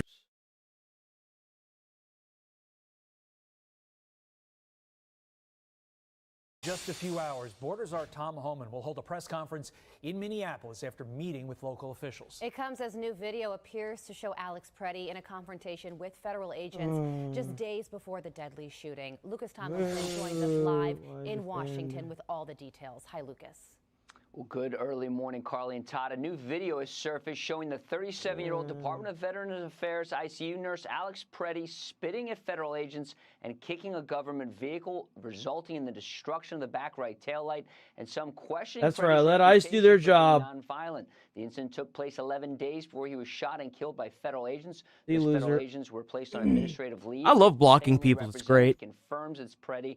In the video, the family knew about the incident and that Preddy I don't even have was to sit here injured, and but did not like talk about whatever stupid shit they're saying. I love just blocking people. A bunch of fucking morons. Just a few hours, Borders' Tom Homan will hold a press conference in Minneapolis after meeting with local officials. It comes as new video. Man, I love how they can get down to my comments because they can't go out and protest anymore in Minneapolis, man. In a confrontation with They done lost the game, boy. Agents just days before the deadly shooting. Lucas Tomlinson joins us live in Washington with all the details. Hi, Lucas. Well, good early morning, Carly and Yeah, Todd. that's exactly what it is. When you dehumanize, when you call people Nazis, it makes it easier to go out and commit violence. You're absolutely right. Video has surfaced showing the 37-year-old Department of Veterans Affairs ICU nurse Alex Preddy spitting at federal agents and kicking a government vehicle. You can't forget about the part where they AI edited his picture to make him look more attractive so people would feel sorry for him. You can't forget about that either. You cannot forget about that. Resulting in the destruction of the back right taillight and some question. That was a good kick. You gotta admit, that was a good kick. It's actually kind of hard to pop those taillights out, so the fact that he broke it, that was a good kick. For being nonviolent. He was mad. It took place 11 Boom. days before he was shot and killed by federal agents. Those federal agents were placed on administrative leave. Big surprise, he didn't get arrested, charges weren't put on him, and it escalated to a point where he ended up getting shot and killed. It's very unfortunate to see that, but it definitely could have been prevented. A family representative confirms it's Preddy. In the video, the family knew about the incident and that Preddy was injured but did not receive medical care. A family attorney says, quote, That's right. It's only happening in Minneapolis. Remember, guys, all of this is just happening in Minneapolis. ICE isn't all over the country. It's not like any other state is having this problem, right? Fucking God, the mentality there is crazy. Was gunned down in the street despite posing. Yeah, no the ICE is in every single state all across the country deporting illegals. How is it that Minneapolis seems to be the only state giving ICE problems? Come on. It's because the government there is corrupt and taking taking federal money and sending it to Somalia. Like, come on. Violently assaulted by a group of ICE agents. Nothing that happened a full week before could possibly have justified Alex's killing at the hands of ICE on January 24th. Here was Minneapolis Mayor Jacob Frey last night. There was a general agreement that what has been happening for these last several weeks should not be happening into the future. Now, I made it very I love how Tim Walz capitulated, but now we got to deal with this moron. clear that Operation Metro Surge needs to end. Did Tom Homan say he would It's not end it? ending. He did not make a commitment to ending it on any given timeline. However, my hope, my expectation is that the troops... You're going to be sorely, sorely, sorely disappointed whenever your quote-unquote expectations are not met. And the agents we're seeing will be drawn down. A new Fox News poll shows President Trump's performance on border security: 52% approve, 47% disapprove. And another poll shows 59% of voters say ICE is too aggressive. Another poll shows 49% of registered voters think local governments like Minneapolis should cooperate with ICE. Mayor Frey says he does not plan to do that. Border czar Tom Homan will hold his first news conference in Minneapolis at Well, 8. it doesn't matter what he says because they're already cooperating with ICE agents. He can say whatever he wants, but the local police are already dispersing crowds. They used an LRAD. Like, the mayor can say whatever he wants, but the thing is that the local police are already helping out ICE agents. Yeah, Eastern. It's pretty much over. I mean, you're going to have a bunch of big groups of people, but I mean, it's not going to be anywhere near as bad as it was before. Of ICE operations in the city. Carly, Todd. All right, we'll be certainly watching that. Lucas Thompson live for us in Washington. Lucas, thank you. Let's bring in former DHS advisor Charles Marino. Charles, thank you so much for joining us. So there was a big back and forth between the White House and Minneapolis officials yesterday, and President Trump summed it up this way on Truth Social, saying, surprisingly, Mayor Jacob Frey just stated that Minneapolis does not and will not enforce federal immigration laws. This is after having had a very good conversation with him. Could somebody in his inner sanctum please explain that this statement is a very serious violation of the law and that he is playing with fire? So now Tom Homan is out there in Minneapolis. How does he work this out? Oh, yeah, the police aren't going to work with ICE. Not at all. He just fucking pans over to a picture of, like, all these police officers in riot gear breaking up these fucking rioters, dude. Minneapolis. How does read the room, man. Come on. Yeah, it's a delicate situation in negotiation because somebody is going to have to acting like he's got power to give. Look at that. That's a rioter that's been arrested, boys. Look at that.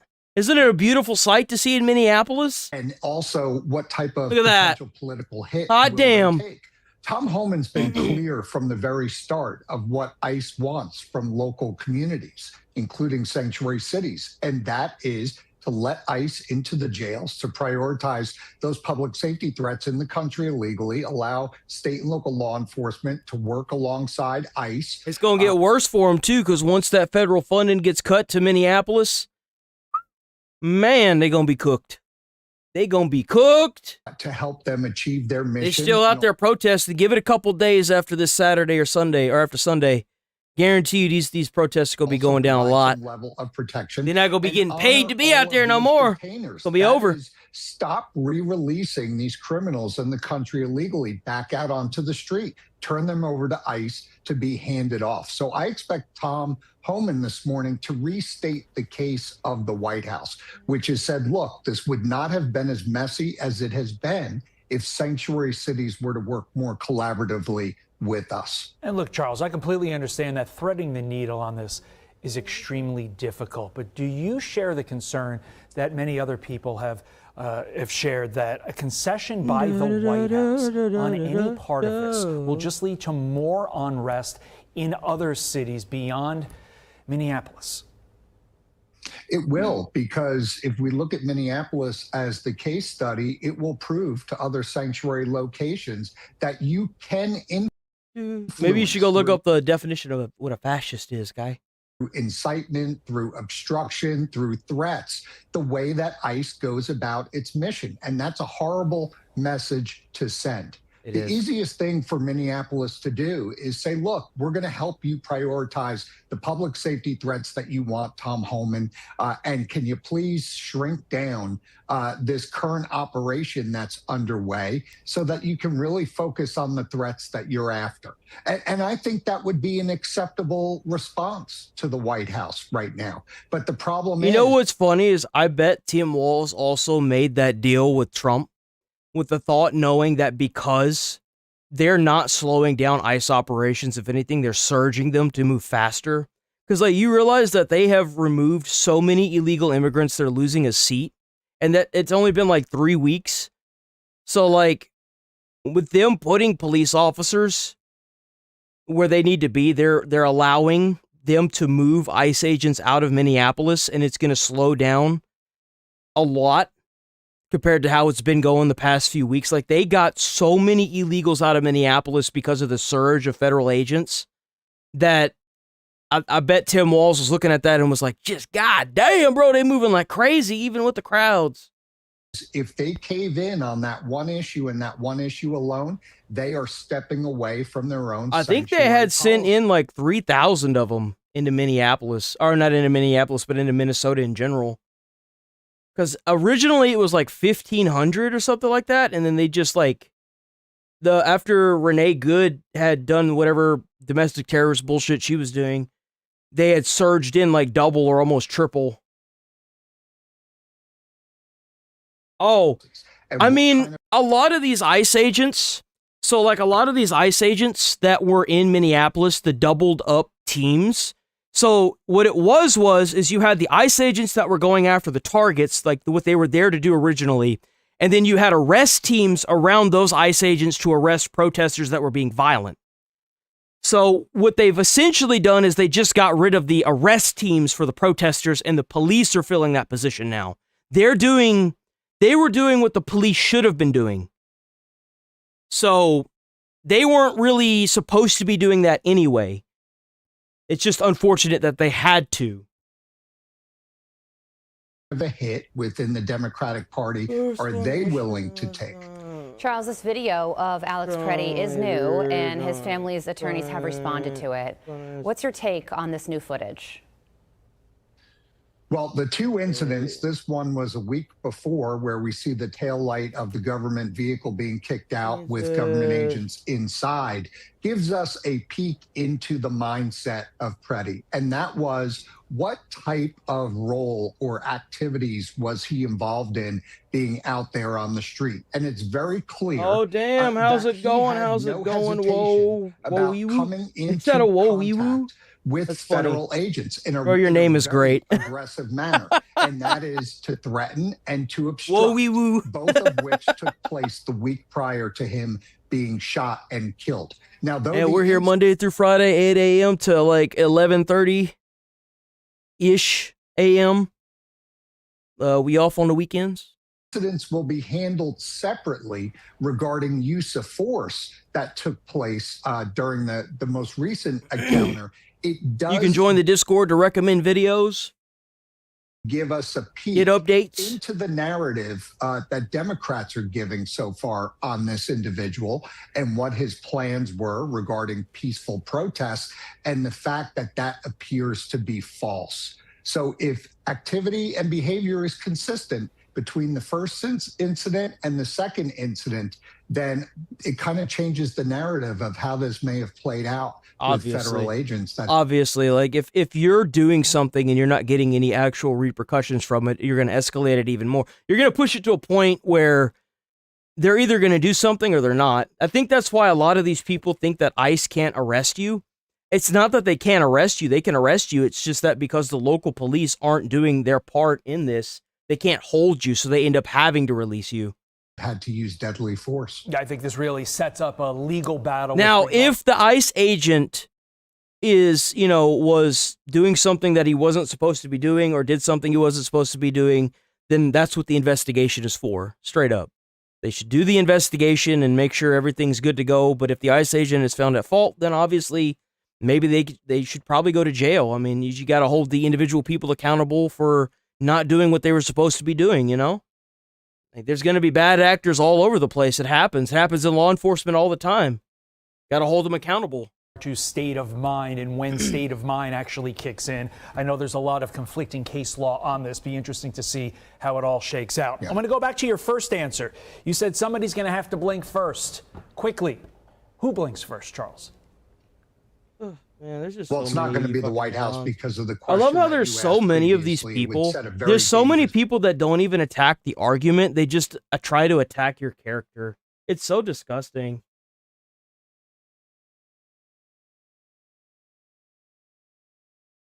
precedent and give sanctuary cities a huge upper hand in influencing the operations of ICE and whether or not federal agencies can enforce federal law unobstructed. That's very important. So I don't see the White House giving on that at all. At some point in time, the ball is in the hands of Minneapolis, Governor Walz. What is he going to do to bring down the temperature?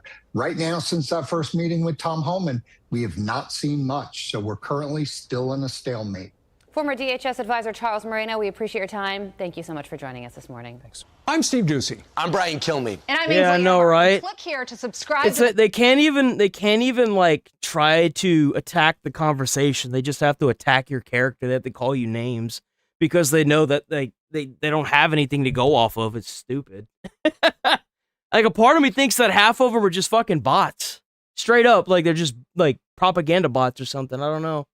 It's so weird. And then, like, you could pull them up and ask them a question, and then it's just blank. It's just nothing there, you know? Yeah, they try to, like, they try to demonize you is what they try to do.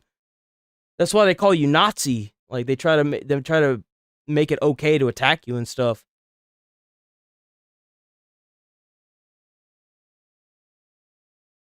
It is so nice to see the Minneapolis police doing what they're supposed to be doing. It is a beautiful thing. It's such a beautiful thing. I can't even, like, describe how beautiful it is. Look, I'm not a fan of Ilhan Omar. I'm not. Do I think that her having water squirted on her is justified? No, I don't. I don't think it's okay. I would like to see this lady deported because she's obviously got something to do with the fraud that's gone on in Minneapolis. The fact that we have an immigrant as an elected official is very concerning. I'm not going to lie. You should be at least a third generation citizen before you're allowed to run in politics in America. And that's my honest opinion, because it's terrifying to think that this lady came over from a foreign country and is now in a very high political position. That's terrifying. But at the same time, you shouldn't, as a elected official, have to worry about being attacked or shot or stuff like that. I don't like this lady, but that doesn't mean that, you know, you should attack her, for God's sake. It happened last night. I didn't really see a lot of it with that lady getting shit thrown on her in Ilhan Omar. You know this was staged. Yeah, everybody here. A lot of people have been saying that this is staged. I don't know if it's staged. I have no idea. I'm not going to say it is. I'm not going to say it's not. I don't fucking know. I'm not an analyst. I'm not a fucking detective. I didn't work for the FBI. I don't fucking know. All I know is that if you're in America and you're exercising your freedom of speech, you should not be scared to say what you think. You shouldn't. Unless you're, you know, a sicko, like an actual sicko. Then obviously you should be, because we should put you in jail. But if you are expressing a political view, much like what Charlie Kirk used to do, you shouldn't be scared to express that political view. You shouldn't. Unless you're actually a Nazi. Then there's a fucking problem. But at the same time, the Constitution does protect you, unfortunately. Here's the video. Impeachment. So, this is the guy.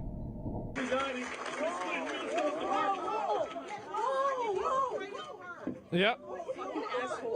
Well, maybe they are trying to silence me. Who knows? I haven't had any drop frames yet. That's weird. Yeah. Uh-huh. You missed the head nod? Oh, I'll get to it. I'll get to it. These fucking assholes are not going to get away with it. Yeah, and you can see, obviously, they don't know what the fuck happened, right? But there are people saying that there's a head nod. Thousands are calling for an investigation after Representative Ilhan Omar has staged an assault on her during a speech last night. And you can see this is the guy drinking Fiji water. Very funny.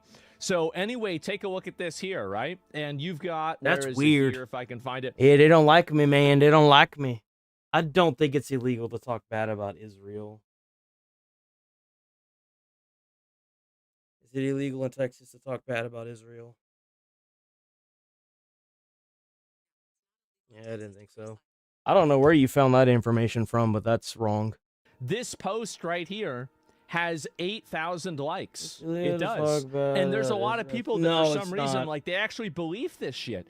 Yeah, I was going to say, like, that's the reason why you have the federal government enforcing federal laws like the Constitution, like freedom of speech. You can't do that. Real. Now, like, if you're at a job and you walk in and you work there, like at Walmart, and you say, fuck Israel, then you're probably going to get fired. But, like, as far as I know, as long as you're not threatening somebody and you're not working at a job that wants to keep politics out, there's really nothing that they can do to enforce that. People straight are out up, of their you know? fucking mind. And so false flag attack, I don't think there's... Yeah, of course it's AI. I know it's AI. That's the point. Like, but yeah, people are just believing along with this. Well, that's why it's so weird whenever people are like, well, federal agents, they can't enforce the law. And it's like, dude, they can enforce federal laws. They're federal agents. They're police officers that enforce federal laws. What do you mean they can't? What? You're basically saying if you commit a felony in front of an ICE agent, they can actually arrest you and put you in federal court, bro. Like, what are you talking about? hard or sufficient proof, but it is Hello? unlikely yet possible, correct? What would you say the percentage is that this was staged? The percentage that this was staged? Honestly, I'm going to have to agree with Polymarket, 4%. I think 4% is a great number. I would say below 5, but maybe above 1. Like, I would say somewhere around there. 3%, 4%, 2%, something like that. Very, very low percentage chance. Everybody else says 99%.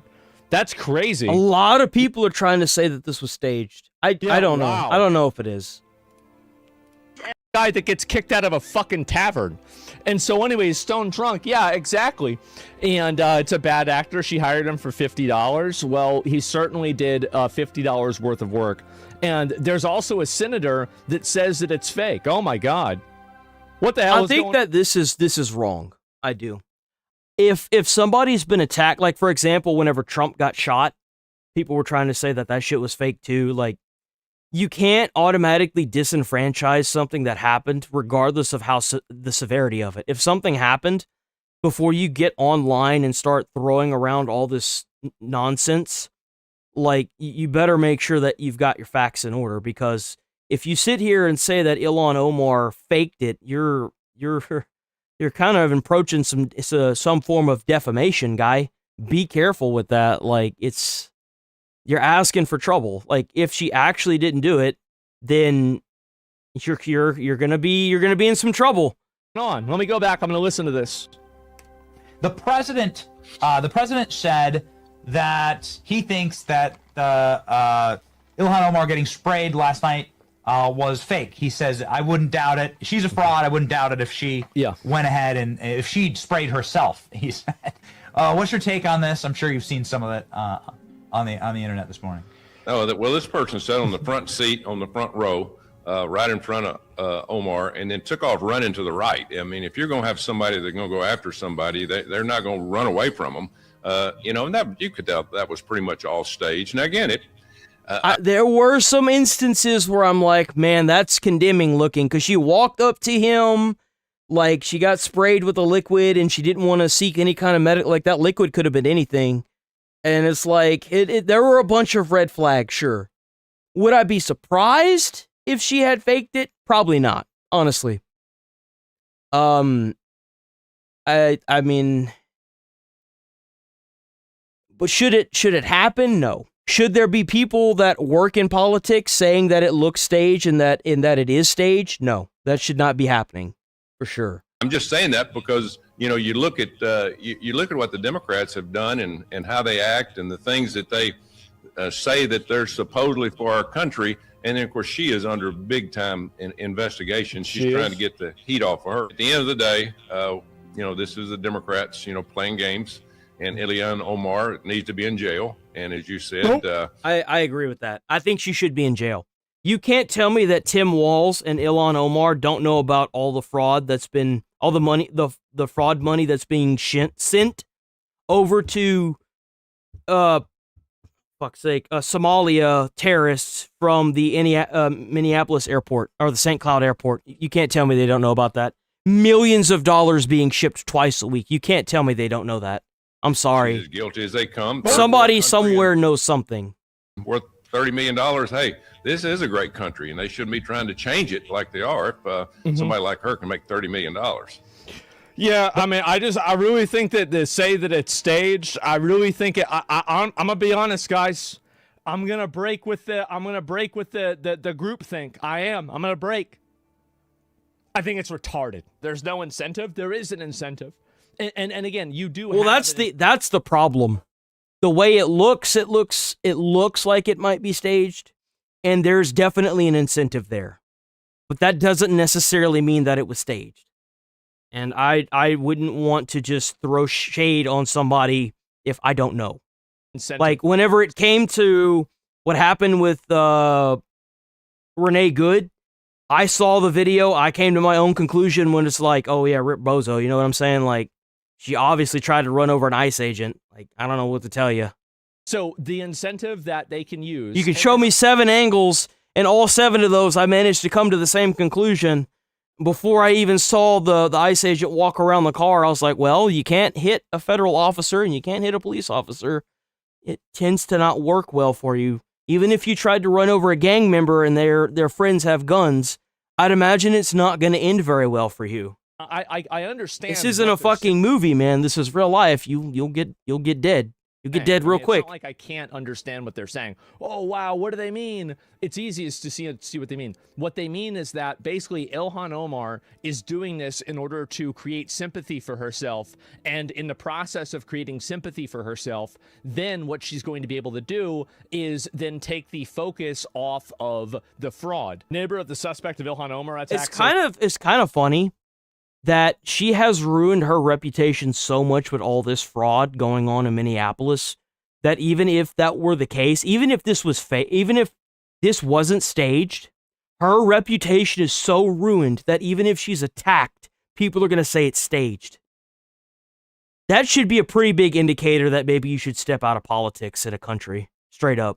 That is not good. That is not a good sign. He was medicated from a previous accident. Says that he sent cryptic messages before the event, according to New York Post. Anthony Kazmierczak's neighbor, Brian Kelly, says Kazmierczak, I don't know if I can say that the right way, asked if he could watch the dog while he went to the event. I'm gonna go to this Omar thing. I'm like, Omar what? He said this town hall thing, and he said I might get arrested. Okay, I wonder if that's actually true. I don't know if it is or not. That seems a little bit nuts. I wouldn't say it's an extreme conclusion. I think anything with a low probability is an extreme conclusion, but who knows? She was right about that, knock that bitch out. Yeah, I mean, basically, I don't know really why. And let's see if I can find the other comments. It is interesting to me that she did act like she was being aggressive towards him, because she walked towards him, but she didn't try to push him or punch him, right?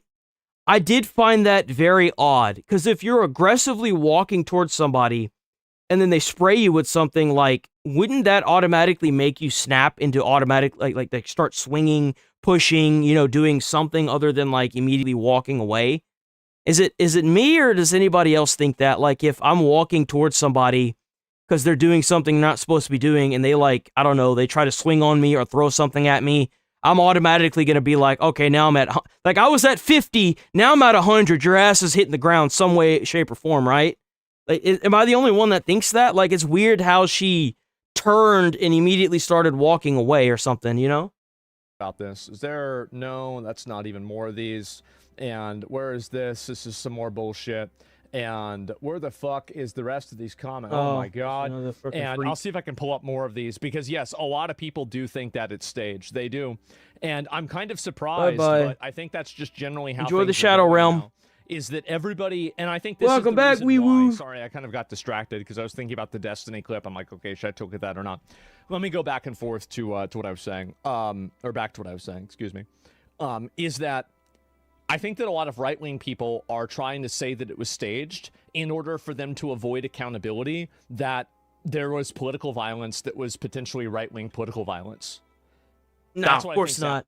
That's the funny part. Is obvious something is obviously going on there. Obviously happening.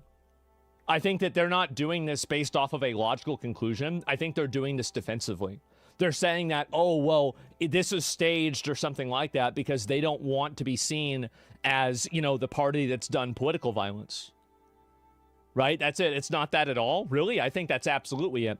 Every single time that like a very clear, obvious, like this person is like a furry that shot Charlie Kirk, and, you know, like they had like a trans boyfriend, girlfriend, whatever, and all this other stuff, and they still tried to find a way to call that person right-wing. Like every single time that there is a left-wing violent person, they always try to rebrand it as being a right-wing violent person. Yeah, that's the media at its finest right there, ain't it? Intentionally misunderstanding or misrepresenting what... You remember, guys, whenever you watch any of these big these big TV shows like Fox or whatever, you got to tell yourself in the back of your head that there's somebody behind the doors that's paying more money than there are people watching. Remember that. Always remember that. They're doing. So that's it. And, bro, political violence, you sprayed her with water? It doesn't matter. It doesn't matter what he sprayed her with. You can't just walk up on stage when someone's doing a conference like that and spray them with stuff because then it escalates.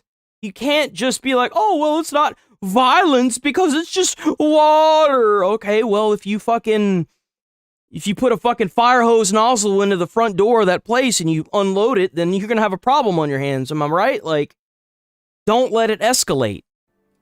You're going to get pulled up.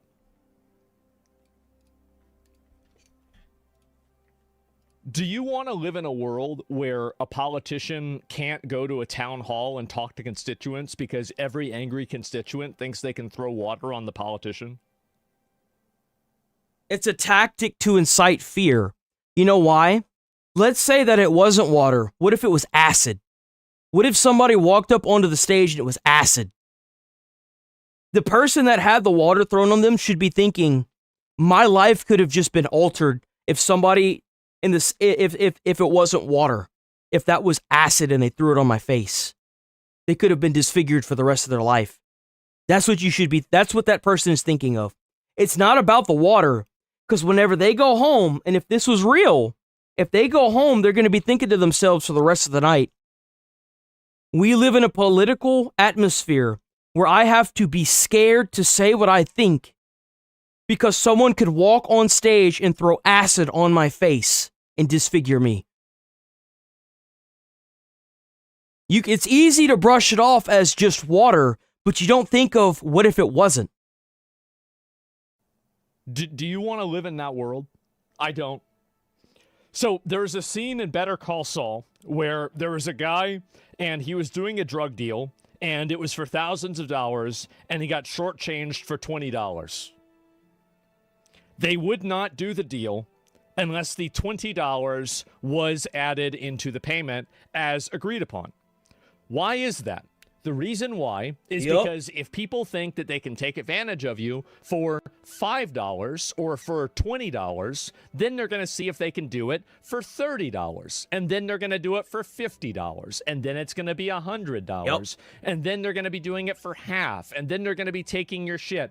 The fact is that you do not ever open the window. You do not ever open the door for any sort of physical interference based off of political political disagreements unless it is done by a court of law. The idea that you can escalate things to throwing water, well, whenever you can throw water, then maybe you can throw other liquids. Well, if you can throw other liquids, maybe you can throw things that are nasty, like, I don't know, grease or piss or something like that. And then if you can throw water, well, why can't you throw other things? And then before you know it, people are just throwing shit and tomatoes at people, and they're throwing rocks. No. It's the Minneapolis riots all over again.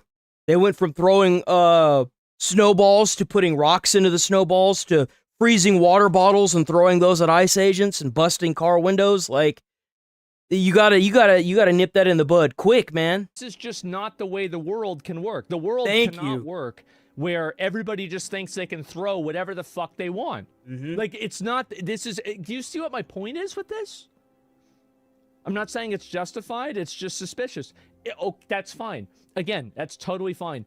Yes, this is 100% political violence. This is absolutely political violence. Nobody should be saying that it's not a big deal. If you crack down on this with the harshest law and you throw the book at it and call it for what it is, a form of political violence, you're not going to see more people doing this because they know they're going to get like 10, 15 years in jail. Like, you have to crack down on this ASAP. This should be put in jail, and anybody advocating against it is just playing partisan politics and being a fucking retard. No, I don't do debates, man. I don't like doing debates.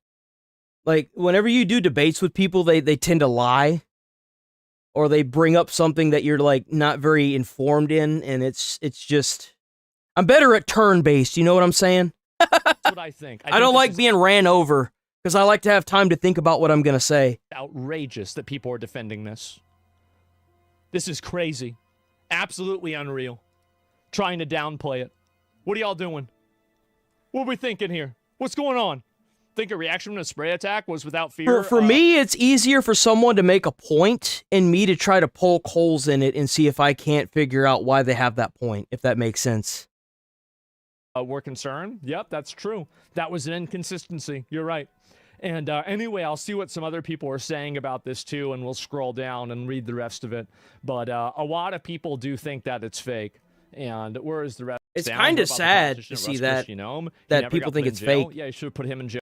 Team sports. What would really suck is that if it actually was fake, because then you're gonna have a bunch of these people that are going to be like, oh, I was right, haha, I was right. And then the next time someone gets something real bad happening to them, like, I don't know, the president gets shot at again or something, you're going to have more people that are like, oh, it's fake. And it's fine if it's fake, but I just, for her sake, I hope that it's not, because it's going to look real bad, boys. Everybody, if you read all the comments. It's going to look real bad. But there were a lot of people that say that. I agree, but I still want more. Man. And I don't know really what to say. And no, they shouldn't. Like this, there's a lot of people that are actually trying to defend this and say it's okay. Oh, I don't like that lady one bit. Trying to downplay it. I think that's the difference. Because it's crazy. This is that is what happens in third world shitholes. And if we let people do stuff like this, we will eventually end up being a third world shithole. Because that's what happens. Outrageous. What do you think of Trump minimizing the act itself? Not the I think it was awful. I think he was totally wrong. Yeah, even Trump came out and said that it was fake. I don't think anybody knows right now if it was fake or not. The only way they're going to know is if he gets paid for it and they debank him. They have to debank him and find all of his records of payments and stuff. They have to figure out what he used to talk to somebody. That was that encrypted message that he had prior to that. They got to figure out who is inciting this. Honestly, that's what has to happen. Straight up. That's the only way this is going to get solved. Okay, what do we got?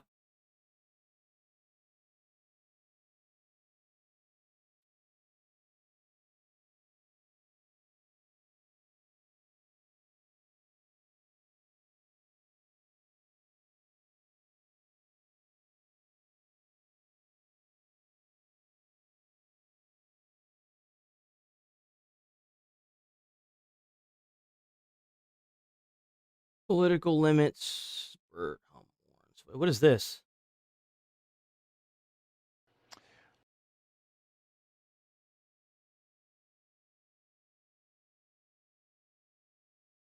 Yeah, it's going to someone's pocket. Let me use the bathroom right quick. I'll be right back.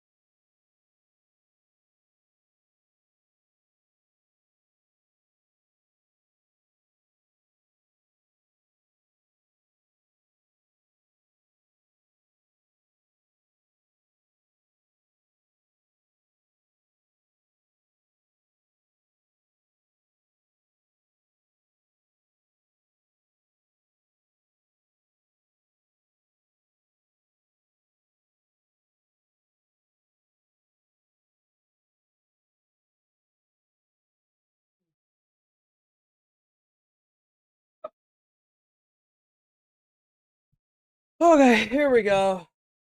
Oh, I did not check the Discord. Let me see.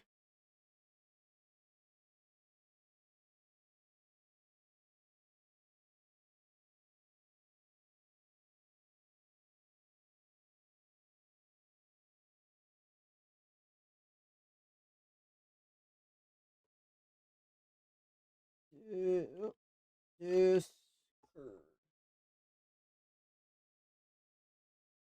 See, did someone say something in the Discord?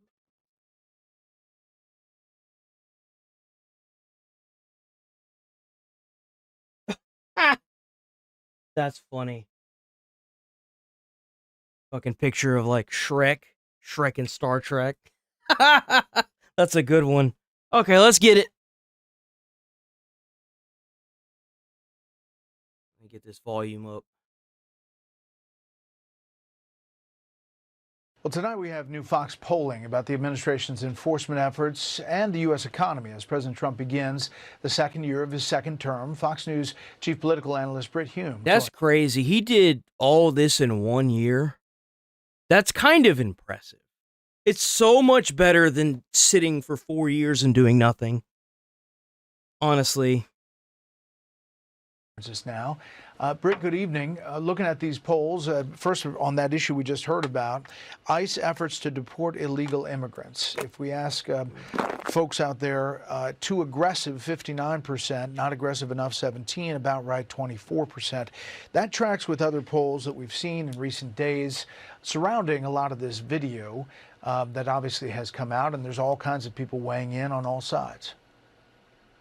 Yeah, Brett, I think that's right. It does track with the other polls, and it suggests that while the administration is within its limits, its legal limits in this immigration crackdown and the dragnet that's going on, particularly out in Minnesota, it has hit its political limits.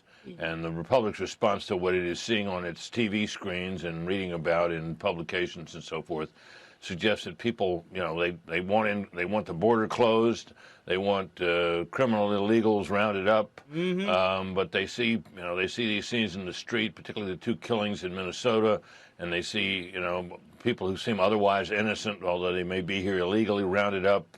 They don't like that. We have a compassionate people. Get them out, man. That's the whole point of being an illegal immigrant. It's illegal. They're breaking the law. They're not innocent. They broke the law to get here. How can you expect somebody to abide by the law if them being here is them breaking the law? It makes no sense.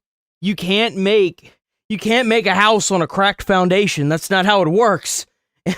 Any architect is going to look at that and be like, fuck no. And even illegal immigrants are not beyond the scope of that compassion. And I think the administration is being seen as having gone too far on this in the polls. Oh, here, I got you. I should have probably done this sooner, huh?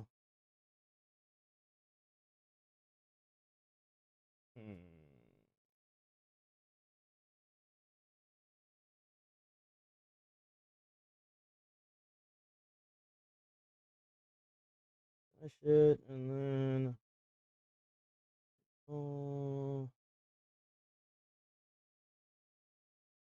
copy. Boom. There we go. There you go. That's the link for it. You should be able to join it that way.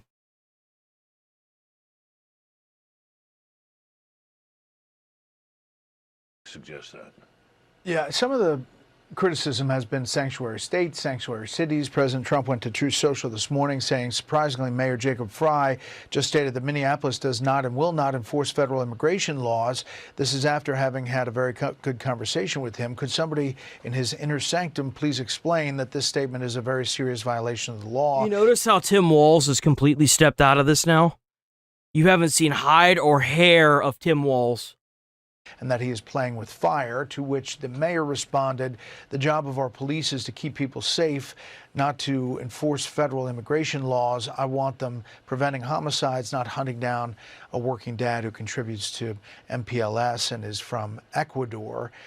He says it's similar policy to your guy Rudy in New York City. If you look at our polls, it's an even split, Brett, about requiring local governments to cooperate with ICE, but there is some thought out there about how states and localities deal with this.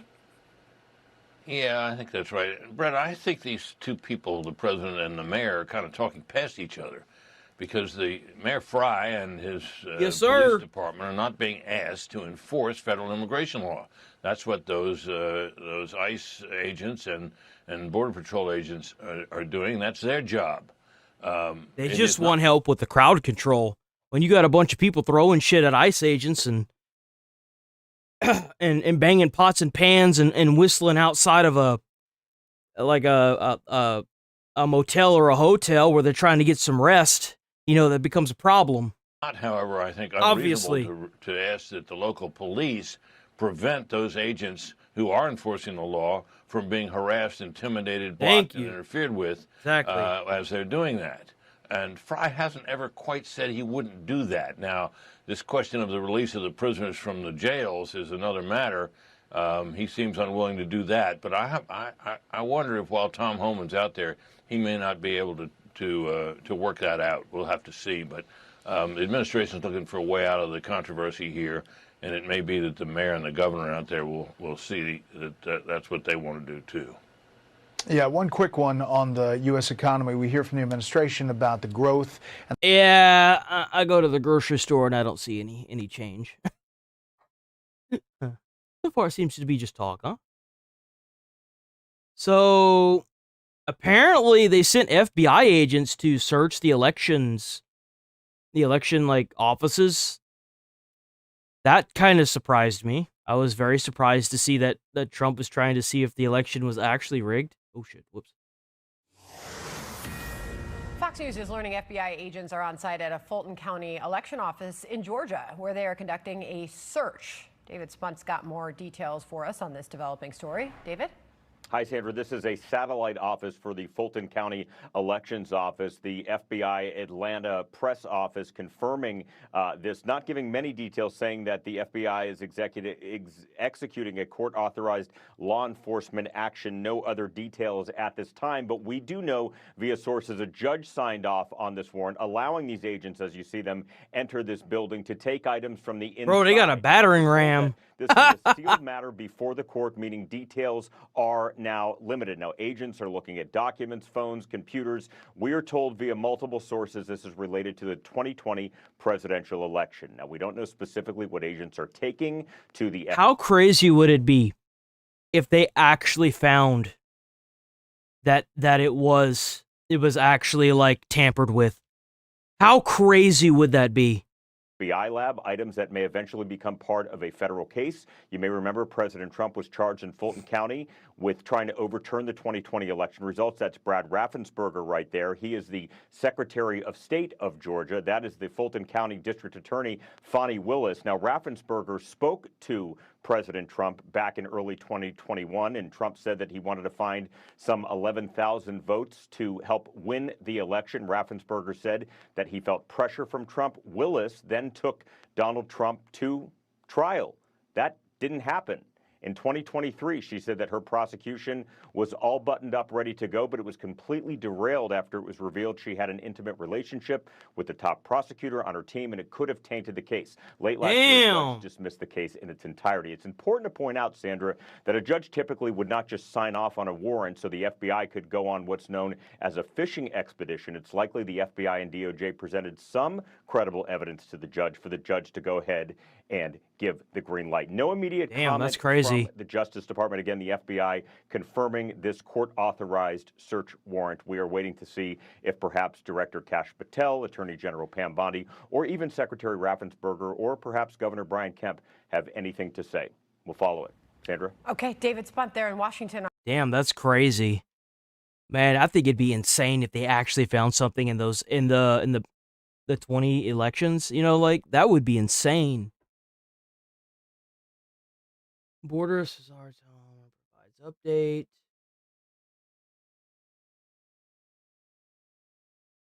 Here we go. IRGC released a video called Sinking of the Pharaoh, called the U.S. draped flag and coffins floating at sea.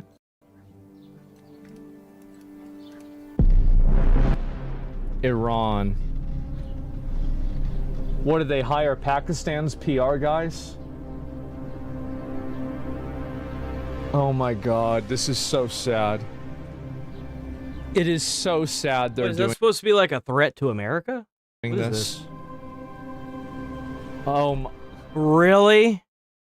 What a joke.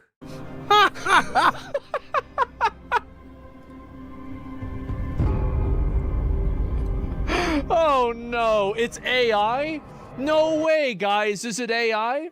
No, they even did another one. Let me show you this. This is what's so crazy is that they've been doing this. Iran is fucking dunzo, man. It's not even funny. It's not even funny more. how dunzo Let me they see if I are. can pull it up. Oh, I saw this too, by the way. You actually want to see a fascist and Nazi regime, bro? They down there like the fucking purge, like mowing down people right now.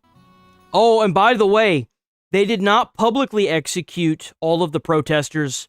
They privately executed all of the protesters that they had captured.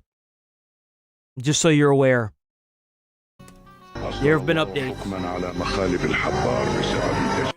Allah issued a ruling on Squidward tentacles because of his blasphemy and ordered his angels to create an anti-squid device by an engineer in Bikini Bottom to use to punish him by pain of death for crushing of his bones. Squidward won't talk anymore evil about Allah.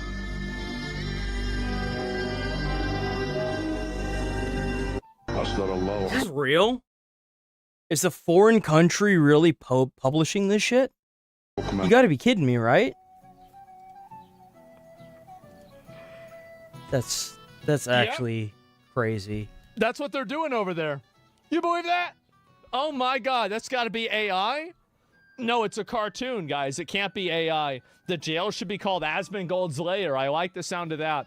And yes, all 800 people that Trump claimed the Iranian regime would stop executing were quietly executed 1 week ago. Wow. So Big are you surprise. telling me that the thing that everybody thought would happen happened?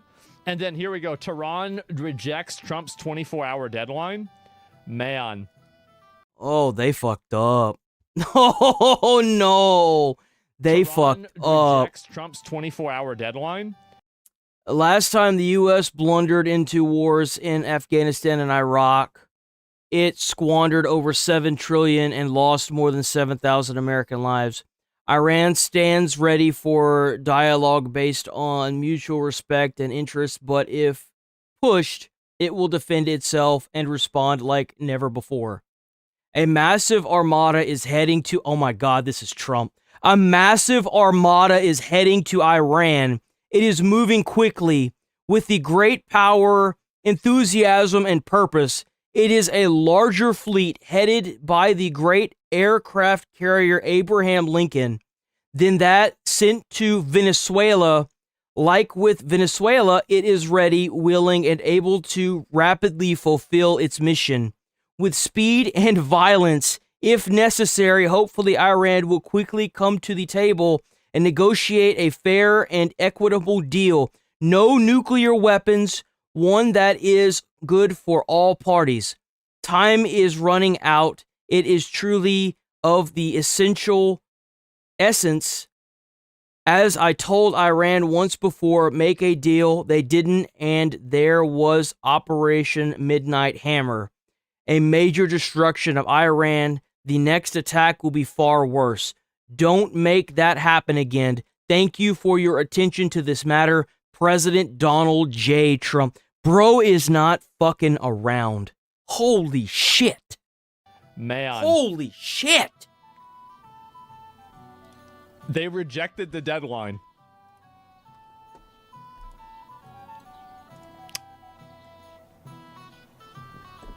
Man. I think that might be Maybe you shouldn't have done that, huh? Mistake. Oh. Yeah, bro, I couldn't imagine saying that to the government, the United States government, after what the Venezuelan Maduro's security said.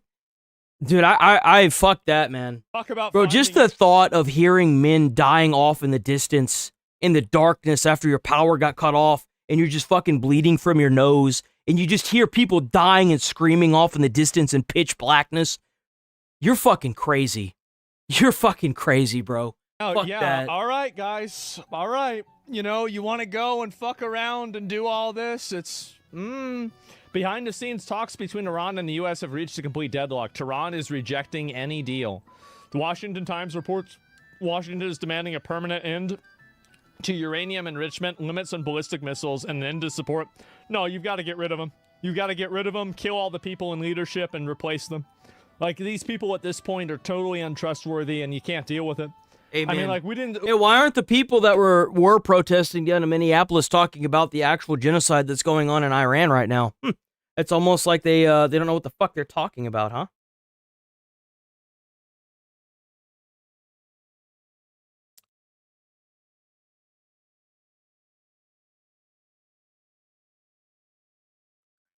Oh, crap.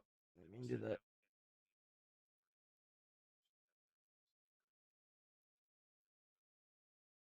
We don't spend $1 trillion on the military. We didn't build these boats for nothing. We didn't build this bomb for nothing. Do we spend billions of dollars on bombs not to use them? What are we doing? Really? I mean, what was the point? Why we even build them if this is going to happen? So anyway, what is this? Oh, I find it. And, oh no, this is just, okay, God willing, we will get to witness this. I was hoping that I would get a date on when they're going to get there, but the statement said that it was already moving on January 28th. So they should be getting there soon, hopefully.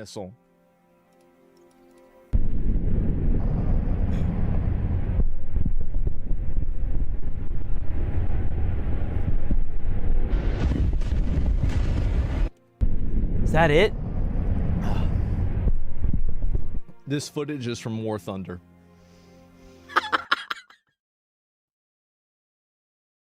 Yo, no shot they're using War Thunder foot. What is this country, man? They're really using War Thunder footage as war propaganda. Are you fucking kidding me? What's the matter? Did your fucking $500 license to Grok 3 run out so you can't afford it anymore? No way, man. Man. Can you, I mean, this is so pathetic. It is so Yo, the more I think about it, this is turning out to be more and more like how whenever in the original Avatar film, whenever the guy showed up with like the spaceships and the people, the natives to that, I don't even know what the fuck it's called. The natives to that fucking planet that they're on used bows and arrows, and then they just unleashed a fury of rockets. That seems to ring true every time I seem to log on and see this stuff, honestly. Pathetic. Oh my God.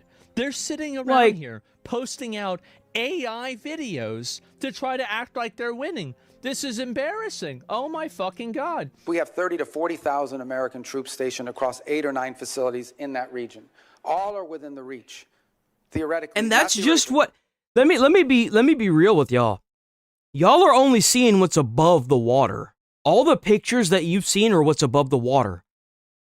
You don't know how many subs they don't have down there underneath that armada. That's only what's above the water. In reality, all are within the reach of an array of thousands of Iranian one-way UAVs and Iranian short-term ballistic missiles, so short-range ballistic missiles that threaten our troop presence. We have to have enough force and power in the region, just on a baseline, to defend against that possibility. That at some point, as a result of something, the Iranian regime decides to strike at our troop presence in the region. The president always reserves the preemptive defensive option. In essence, if we have indications that, in fact, they're going to attack our troops in the region, to defend our personnel in the region. We also have security agreements. That would be a huge mistake for Iran to do out of the get-go. That would be a massive mistake. Of Israel plan and others that require That would almost be certain death. A force posture in the region to defend against that. So it looks like they got, they're going to be fighting back. I feel like there is just it is only a matter of time until it happens. Honestly, I thought it was going to happen last week, and now that they have everything in there, I'll watch this in a minute. It does seem like very clearly they are going to go and bomb them. It just hasn't happened yet. This morning, it's all eyes on Iran and America's next moves. Moments ago, literally, the president posting a quote, in part, a massive armada is heading to Iran. It is this was on the 28th. With greater power. Hopefully, Iran will quickly come to the table and negotiate a fair and equitable deal. No nuclear weapons, one that is good for all parties. Time is still running out.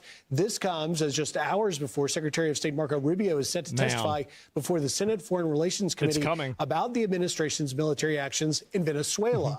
As doubts are being raised about Venezuela's acting president, Delcy Rodriguez's cooperation with the U.S. Reuters reporting, quote, it was not clear if she is fully on board with the U.S. strategy in her country in a speech on Sunday. Rodriguez. They're really going to use basically her speech. Didn't Trump say that, they're working with this person privately? But I wonder why they do this, because I think them doing this makes things it creates more chaos. It does. She has had enough of U.S. intervention. Still, U.S. officials have also held positive calls with her in recent days. Here to discuss it, Pennsylvania Senator and member of the Foreign Relations Why Committee. would you want to allow what's going on in Iran to not be ended? Why would you want to keep a regime like that into power? Why the fuck would you want that? They cooked themselves the minute they started slaughtering Iranian people. It's over for them, whether they like it or not. Sitting back and doing nothing is a terrible idea. In the Energy and Natural Resources Committee, Dave McCormick. Senator, thank you for being here today. Morning. Obviously, we're just getting this breaking news about this, as President Trump calls it, an armada moving towards Iran, and talking about the fact that in his tweet, he says that he wanted to come to a deal the last time. Then you got Operation Midnight Hammer. Be smart about it. This clearly will be front and center in your committee today. Your reaction? Well, I think we're in an extraordinary moment. I think what's happening is That's that right. the Iranian With great regime power comes great responsibility. You damn straight. is showing itself to be bankrupt. We have these enormous protests. It's an they're economic fucked. failure.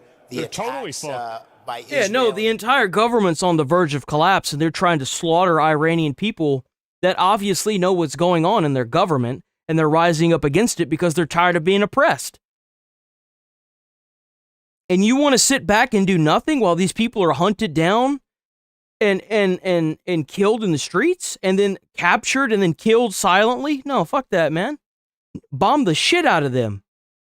The United States, on its capabilities, on its nuclear weapons, has left. Some of the death toll numbers are between 35 and 40,000 people. God damn. Bro.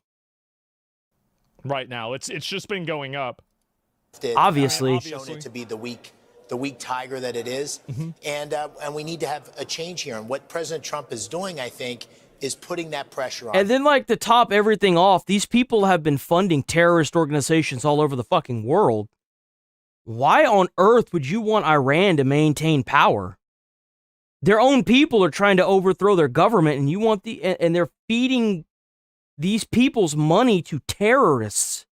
Why the hell would you want these people to stay in power? He's saying that we stand with the Iranian people and hoping that we can have a peaceful transition There's where no way. The Ayatollahs will no step way. out and let the people of Iran choose their destiny. And I think I will be shocked. this is a real show of leadership. And it didn't happen under previous administrations, didn't happen under Obama, didn't happen under President Biden. I'll be shocked. It's happening under President Trump. And Crazy. I think we have an opportunity for historical change.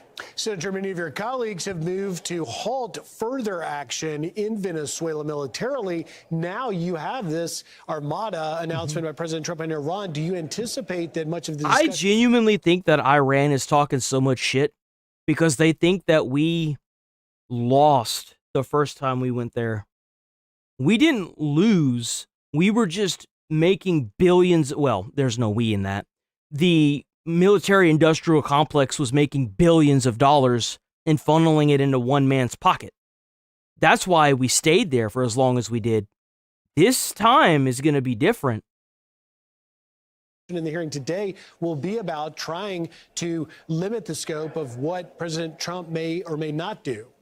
Yeah, I mean, honestly, I think it's just going to get even more. Well, let me see if I pull any more this year. Iran protest. And they've had only a few videos now, because like for a while I was going in and showing this regularly, but now it's just like many thousands confirmed kills. I don't even know if I can show this. This is BBC News, so I guess maybe I can, but I'll show this here. Yeah, there are reports that they're actually experimenting on some of the Iranian people with like a nuclear waste. They're doing almost exactly what the Nazis were doing. They're doing scorched earth. And you want to sit here and tell me that what's happening in Minneapolis is real? Get the fuck out of here. President Trump says he hopes Iran will, in his words, make a deal as the USS Abraham Lincoln aircraft carrier strike group moves closer to that country. Man. The group's movements come after the president repeatedly warned Tehran. This is the kind of shit that's probably going to go down in history right here. This is the kind of shit that will end up going down in history. This will be in history books for sure. Against killing peaceful demonstrators. But activists say thousands of people were killed during the regime's crackdown. Well, it absolutely is a genocide. 100%. People they were going to execute. They just didn't execute them publicly. That's the only difference. Communication lines have been cut by the government, but now one man inside the country has spoken to our Ramy Inocencio about what he saw. You see here, Ramy joining us from Copenhagen. Good morning, Ramy. What did this man reveal to you?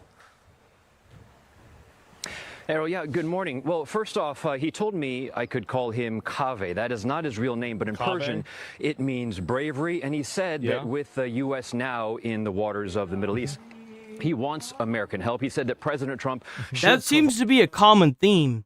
Whenever you looked at a lot of the videos coming out of Iran, you saw a lot of Trump's name being like spray painted on stuff for help. Whenever, Elon gave them Starlink and stuff. So it's kind of obvious that they're begging for help. Air support to, in his words, take out the entire leadership of this regime to their own ideological paradise. I want these people to continue to refuse to come to the table. These people don't deserve to be in power, and they damn sure don't deserve to escape to a different country. They need to die. They need to be annihilated off the planet. If Trump has to rain hell down on these people, they should be completely obliterated from the face of the earth. If there weren't citizens around, I'd say nuke the fuckers. Seriously. But there's way too many civilians that could get caught in that. These people need to be obliterated for the crimes that they've committed against the Iranian people. Lightning strike. Now, a caveat, this is only one man's opinion, right? But remember, mass protests sprang up. These are the kind of people that made military bases under schools.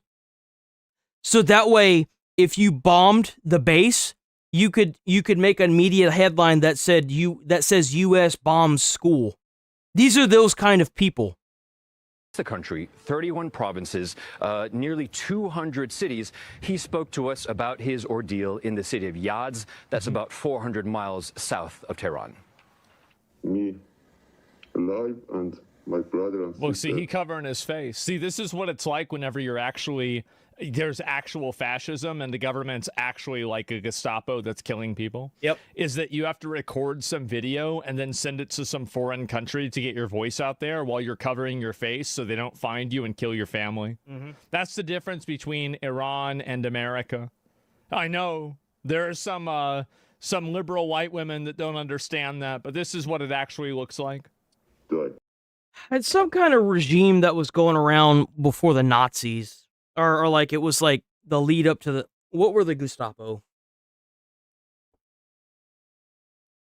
The Gestapo is a short for Hegemonen. I'm just gonna say Gestapo. Secret state police was the brutal office secret police for a Nazi Germany established in 1933 and led by figures like Heinrich Himmler. I'm not even gonna. They operated outside legal constraints using terror, surveillance, and torture to eliminate political opposition, enforce Nazi ideology, and facilitate the Holocaust across German-occupied Europe. There you go. So they were effectively just Nazis. The Gestapo's primary role was to identify and destroy all threats to the Nazi regime, including political opponents, resistance groups, and undesirables. Wow, it sounds a whole lot like a certain protest down in Minnesota, doesn't it? This man inside Iran, It's a little bit his different. face covered in fear, described to us a massacre. In the bloodiest crackdown of the Islamic Republic. It's crazy they call people that see common sense the Gestapo, yet they are employing the Gestapo tactics. 50 Look at that. years. In the government's Oh my brutal God. push to extinguish protests, he was in the middle of a throng in central Iran when Jesus. forces sandwiched them, firing on them front and No back. wonder they turned off the He internet. survived because he was in the middle of the crowd, he said, and escaped through a side street. Now, after thousands of deaths across the country, Oh my desperation God. for regime change of any kind has Holy hit a shit, I new haven't even high. seen this one. What do you want? Wow. What do you want? All people that night come out, say Pahlavi. Just want Pahlavi, okay? The Reza guy, Pahlavi is the exiled son of Iran's last Shah, installed by the U.S. in the 1950s, deposed in the Islamic Revolution of 1979. Yep. Do you want the U.S. government to help? Do you want President Trump to help? Yes, please, President Trump, help us and help the world. I've been hearing this a lot. I haven't really heard from a lot of Iranian people that don't want Trump to help. I haven't heard that really from any of them. Help for freedom. Freedom, Iran, freedom. Yes, yeah, they love Trump. It seems that way. Now, our video call failed, but afterwards he texted and said that he and many of his friends and his family just want to live in freedom, like in the United States and in Exactly. Europe. And he said that he wanted to welcome me. But no, you don't understand. It's fascism here. You don't have any freedom. To welcome everyone to Yeah, Iran. that's right, guys. We're the Gestapo. There's no such thing as freedom in America. Not Listen if, to iDubbbz. but when, he said, it becomes Yeah. free. Remarkable to hear from him, That is Rami. insane. And what are you hearing about what's happening in the country at this Yeah, they're moment? just killing everybody. The propaganda, Right. CNN Well, reported from Iran. another No, person, what is another it? Iranian that I'm What's in the touch with propaganda? said that the crackdown Shoot, what is it? is still happening, but not to the Type it, extent I'll that find it. we're seeing mass crackdowns like we did early on this month. But it's more targeted for. Yeah, absolutely. To the United States and specifically, of course, to the Trump administration. You could see bet it they here are. on this gigantic poster on Revolution. Oh, that's right. So check this out. This is what Iran is publishing to try to get Trump to turn around. That Look you're at this. talking about? This is crazy. He's in Iran, His leadership is sending a very strong and defiant message to the United States and specifically, of course, to the Trump administration. You could see bet it they here are. on this gigantic poster on Revolution Square in central Tehran. The message on this massive poster is more fucking Photoshop. Oh my God. This is pathetic. if you sow the wind, you will reap the whirlwind. Obviously meaning if the United Yeah, your religion's gonna protect you guys from getting bombed. Whatever you say, guy. Yeah. Let's see how that works out for you. Iran will retaliate in a You can retaliate all you want. You're not going to be able to retaliate once we bomb all your shit like we did with Venezuela. massive way, which could Just going to be able to sit there and take it. a major military confrontation between the United States and Iran. And that's also something that Maybe they're under the impression that we're going to be like boots on the ground like what happened 20 years ago. There's no way. of many of the people that we've been speaking There's to. no way they're this fucking stupid, right? I'm not sure The what people that they're talking to are all people that the regime picked out. to say. I think they're all collaborating with one another against the interest of the Iranian people. I don't think Trump dares to attack. He's more bluffing. All this, of course, comes as President Trump. You know, Venezuelan president said the same thing, and he was out there dancing, I think a couple days before we went in and got his ass and shook up Venezuela with our high-tech powers that we have. Maybe you guys should be rethinking his options on what to do. I don't think Trump's bluffing. I think that if he's taken the time and effort and gas and fuel and money to put that armada outside of Iran in those waters, the chances are it's about to get real rough for y'all. The U.S. has pulled together a substantial military force here in this region, but the Iranians also say they've replenished their stockpiles of ballistic missiles and are ready to hit back hard anytime. Now, of course, all this comes in the wake of those large protests that happened here in Iran in the early part of January. And when you're out on the streets here, you can see that there are people who are still traumatized by what happened then. There were a lot of people out there in the streets when I had to leave home. I don't know what to say, but the situation was very bad. Now that the internet connection is restored, we only now know that so many were killed. Wait, the internet is back? I don't think their internet is back. The internet's not back. They're lying. They're terrified that they're going to get killed. That's why they're saying the stuff they're saying. Is that new? Like, I haven't seen any of that. Yeah, I don't believe that at all. What the fuck are they talking about? The internet's back. The internet is not back. The people that they are interviewing, that the BBC has interviewed, because I think that was a BBC thing, they are not back. The internet is not back on. They're still genociding people over there. And the people that they interviewed were all picked out by the regime. And most of them are so fucking scared to say anything because they're scared of being killed.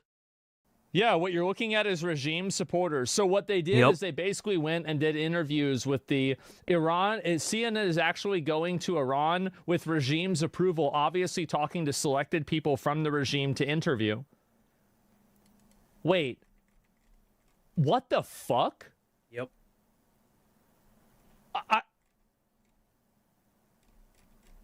How could you support this? As an American company, CNN, you should be ashamed of yourself. Wait, so this is in Iran? I don't know how I didn't pick this up. Iran's leadership is sending a very specifically, of course, to the training. If poster is on this gigantic poster on Revolution Square in central Tehran. So he's standing on the So he's standing right there. Showing, oh my God. I for some reason I didn't pick that up, or I didn't really put that together. So he's interviewing people, and it just so happens that everybody being interviewed is talking about that the regime is good and that Trump won't attack.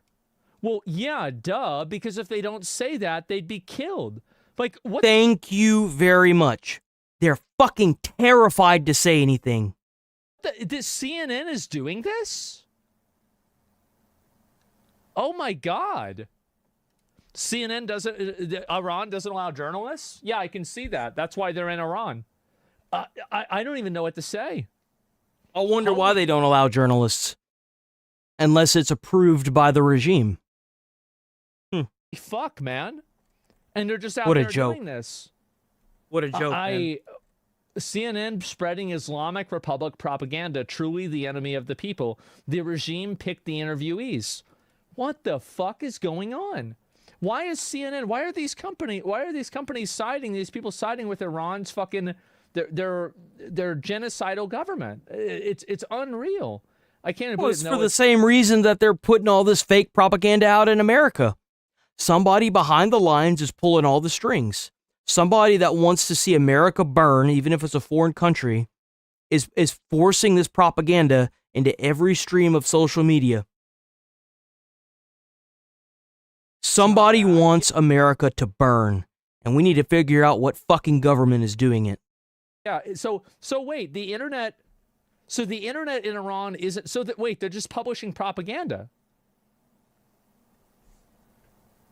It's straight up propaganda. Straight up propaganda. Wow. I don't know why I'm surprised. I really don't. I don't know why I'm surprised. Obviously, that's what happens, but it's still so fucking ridiculous that it does annoy me. It makes me very, very mad. I do not like it at all. Yep. There it is. Oh, this was an hour ago? Just yesterday, we reported that President Trump announced a huge armada was on its way to Iran. All right, so Iran has... I don't really think we're going to be seeing much else that's like new news from it.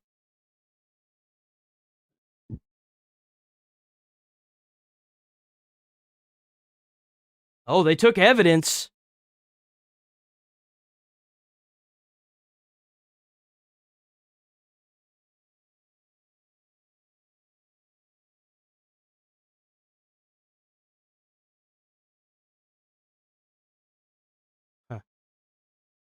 Okay, we are reaching the end of our stream, so let's go ahead and hit this up, and we go roll up out of here for the day. Is there? Check out Midwest Safety. Hell yeah, Midwest Safety. Midwest Safety.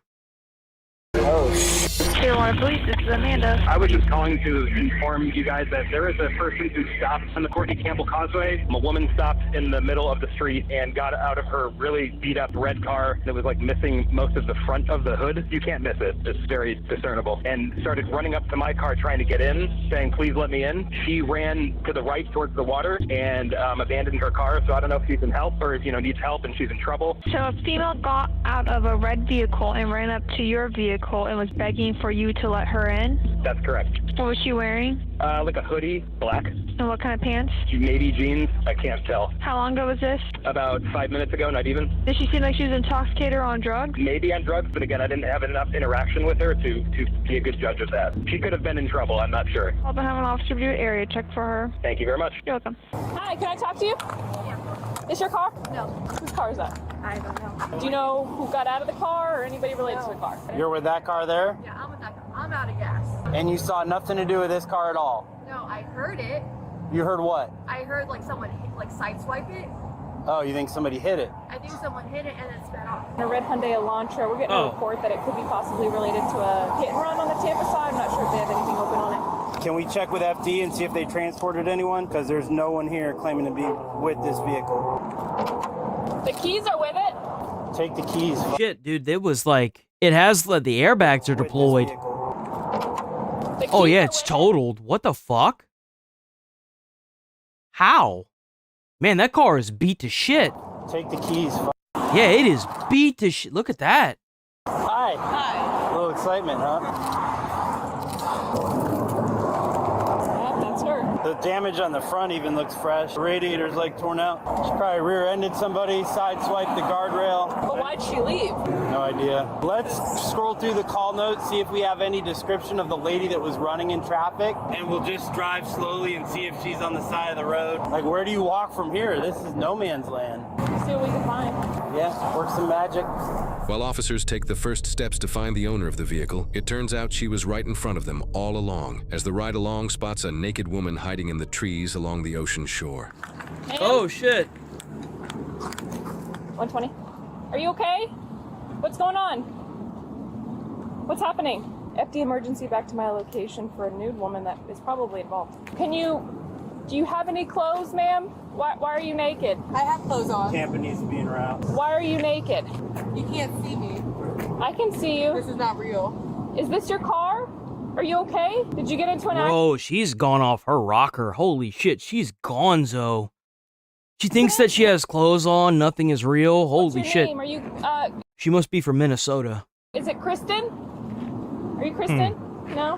What's your name? Just about to pull out, too, because it's whatever's going on is a Tampa problem. Yeah. FD already left. Can you put on your clothes?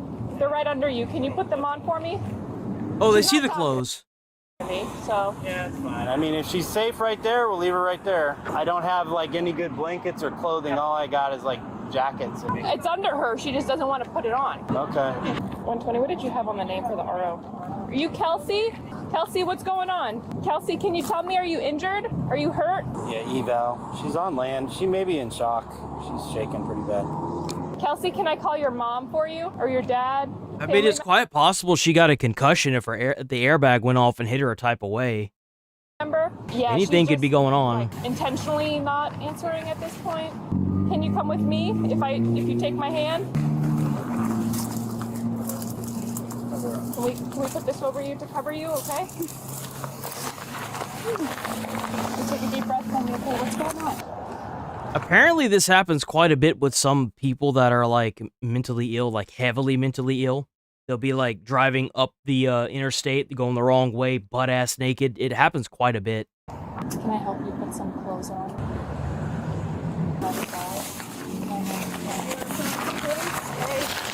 Nope, we're not gonna do that right now. Oh, is she gonna try and run? Bro, everything's blurred out. Can't see anything. Here we go. Oh, she just went right. Oh, she jumped in the water. Ran from us and she's in the water on the north side. Gonna need somebody with a boat to respond. Maybe FWC. Come on out of the water. Gonna have to give you a 0 on wardrobe selection. Sorry. That was wild. Oh boy. She bit you? Just now. No way. She bit her? They said a black hoodie. That's a black hoodie, right? Yeah. No, now she has Bat Leo on her. You said they're sending water rescue? Hey, Sarge, what do you want me to do about her? What do you mean? Oh, Oh, she bit the fuck out of her, dude. That is a big ass bruise. Look at that. Oh. Damn. She bite you? Okay, well, we'll document it. Massive bruise, bro. Walk over where I can maintain visual of her. Sounds like you got a fun one. Yeah. No, this is a mess. She bit Officer Tabak on the arm while we were trying Does to this grab lady her really think she's gonna get away in the water? into the water. But we got her some clothes. We were trying to get her dressed, and she resisted, and in the process bit her on the arm really good. I'm sure Tabak wants a good shot at this chick now, huh? Well, she's clearly under the influence of something. She's out there on cloud 9. Oh, she's all high right now? She's gotta be. All right, let me get back with you. Yeah, go do your thing. See ya. Any unit going to respond to get her out of the water, let them know. We do have Bat Leo charges. Warn them she's a biter. What's actually going on? There's a female that's in the water, combative. We have Bat Leo charges. She's a spitter, biter, and she's in the water. Should have just yanked her down. When I had the opportunity, I should have just yanked her down. I just feel bad because it's like your private area that would have been like. That's why I didn't, like, I felt awkward because she was like naked, and I'm like, where do I grab because she's naked? Are you dispatch or are you interested? She probably was interested. This isn't really normal though. I've had 2 other calls where people have been in the water and refused to get out, but FWC or somebody will come out and yank her out of the water. Down just past the bridge. We're on the right side. We're on the north side.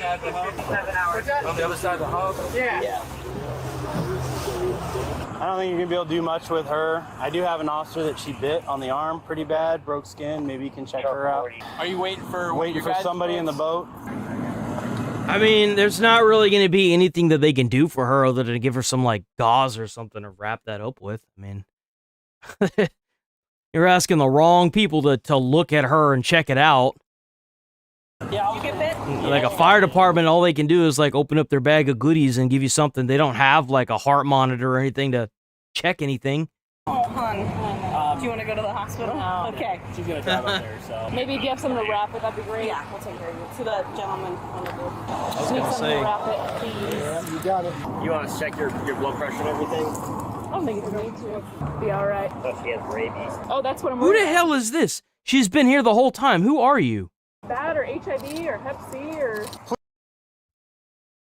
Be all right. Oh, she has rabies. Oh, that's what I'm worried about. Bad Oh, she's a ride-along, right? HIV or Hep C or. Please swim to shore. This is a good spot to do it.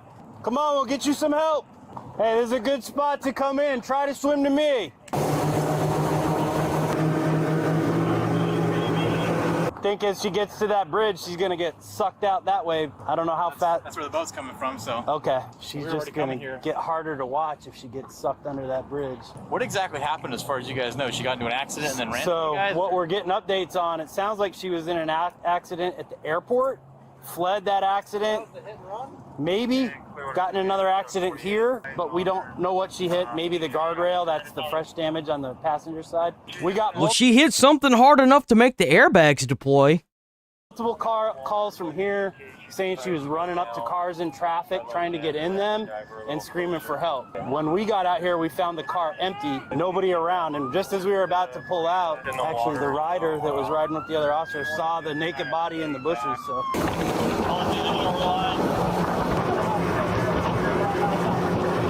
So we were talking to her for a while, and she Come to us. She was shivering like she'd already been in the water. Yeah. But she wasn't responsive. She wasn't talking. Then we got her out of the bushes. She was standing there, still not responsive. Yeah. And then she just snapped and made a break for it. When we grabbed her is when she bit the officer on the arm. Any like communications when she snapped, yelling, screaming, kidding? She's not really saying anything. No, not at all. Totally. This way. You're all right. Come here. Nonverbal.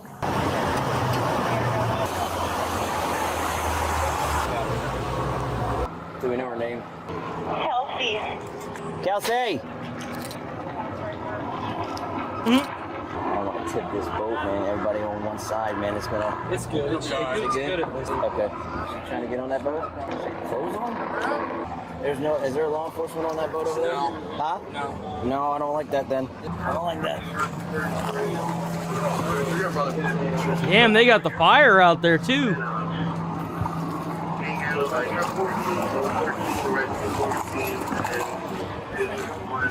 Well, she's trying to climb out at least. Not gonna hurt you, I swear. Come on, I got the towel ready for you. Ready? You are safe, I promise. You are safe. Get your handcuffs ready. Hold my wrist. No. Don't go down. And there she goes. You know the reason why he looked at that officer? Listen to what that officer said. Safe, I promise. You are safe. Get your handcuffs ready. Hold my wrist. You saw that? You saw that? The minute he said that, I knew that. Like it's almost like an instinct that's like to take off. Look. Get your handcuffs ready. See, look at him. Look immediately. Immediately. Why the fuck would you say that? Why would you say that? No. Don't go down. Yep. Why would you say that? Why don't you get your handcuffs ready? I should have grabbed her. That's very rude. I mean, it's one of those things. What do you do? You know? You got any verse that dark? Yeah? All right, I don't want her to swim out any further. She looks out of it. She had it been naked. Seriously? No. Seriously? I said I wanted to get out on the water over the holiday, but I didn't get a chance. But now look at this. Is there? See, dorsal fins. Oh, shit. I'll tell her there's a dorsal fin out there. I don't care. Kelsey! Hey, man, you're good. She got tired. Kelsey, I want you to She's swim. probably tired because whatever she's on is coming down. There, hey, Kelsey. Kelsey.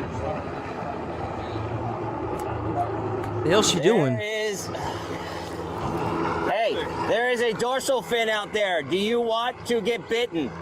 Let's go. Kelsey, now's not a good time for sharks. Sharks. It's not good for sharks. Somebody just got bit last week out here. Kelsey, come here. She's trying to splash them. What if we introduce a pain stimulus to make her want aid? We could spray her. Kelsey. Grab onto that. That way you can float.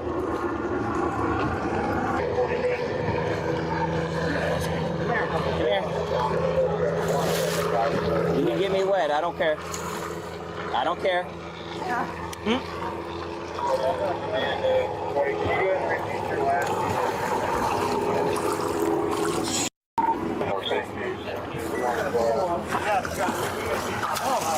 Come on. You got the Coast Guard here now, too. They're not going to be nice. They're going to jump right in after you. Yeah, unfortunately, they will. Oh, there it is. There's Coast Guard. That way. Come on. Oh, yeah, they're going to push her. Oh. Okay. Come on. Grab it. Grab it. Oh, there it is. Yeah, we are helping.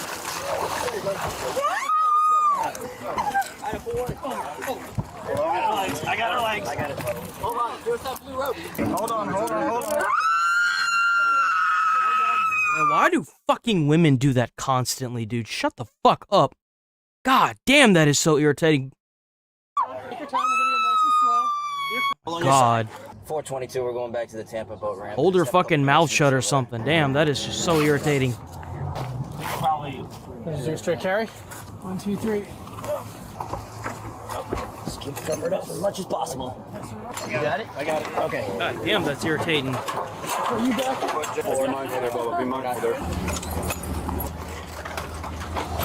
This suspect, Kelsey, was taken to a hospital to be evaluated. It is unclear what exactly was causing her to behave this way. The officer who was bitten was also evaluated at a nearby hospital. Kelsey was charged with battery on a law enforcement officer, and her bond was set at $5,000. She is presumed innocent unless proven guilty in a court of law. What a crazy scenario. Don't start with violence. Seriously. They start with confusion that no one can make sense of. This is one of those moments where officers aren't chasing a criminal mindset. They're trying to manage a crisis. I could see someone like that who's been so privileged in their life that they threw a temper tantrum, and now they're just trying to disregard everything and act like they're going for a swim. Straight up.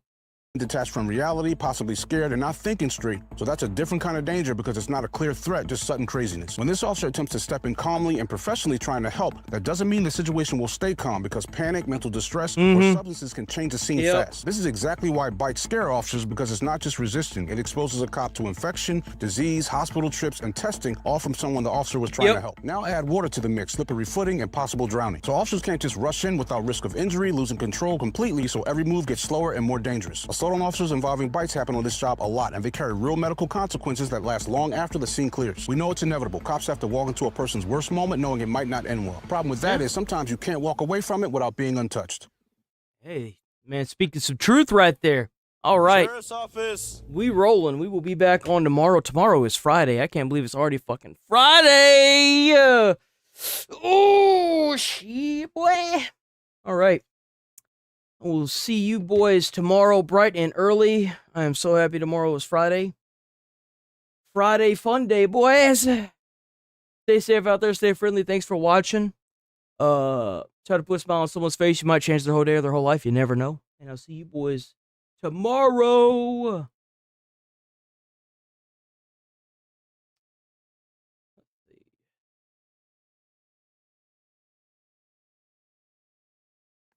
Peace.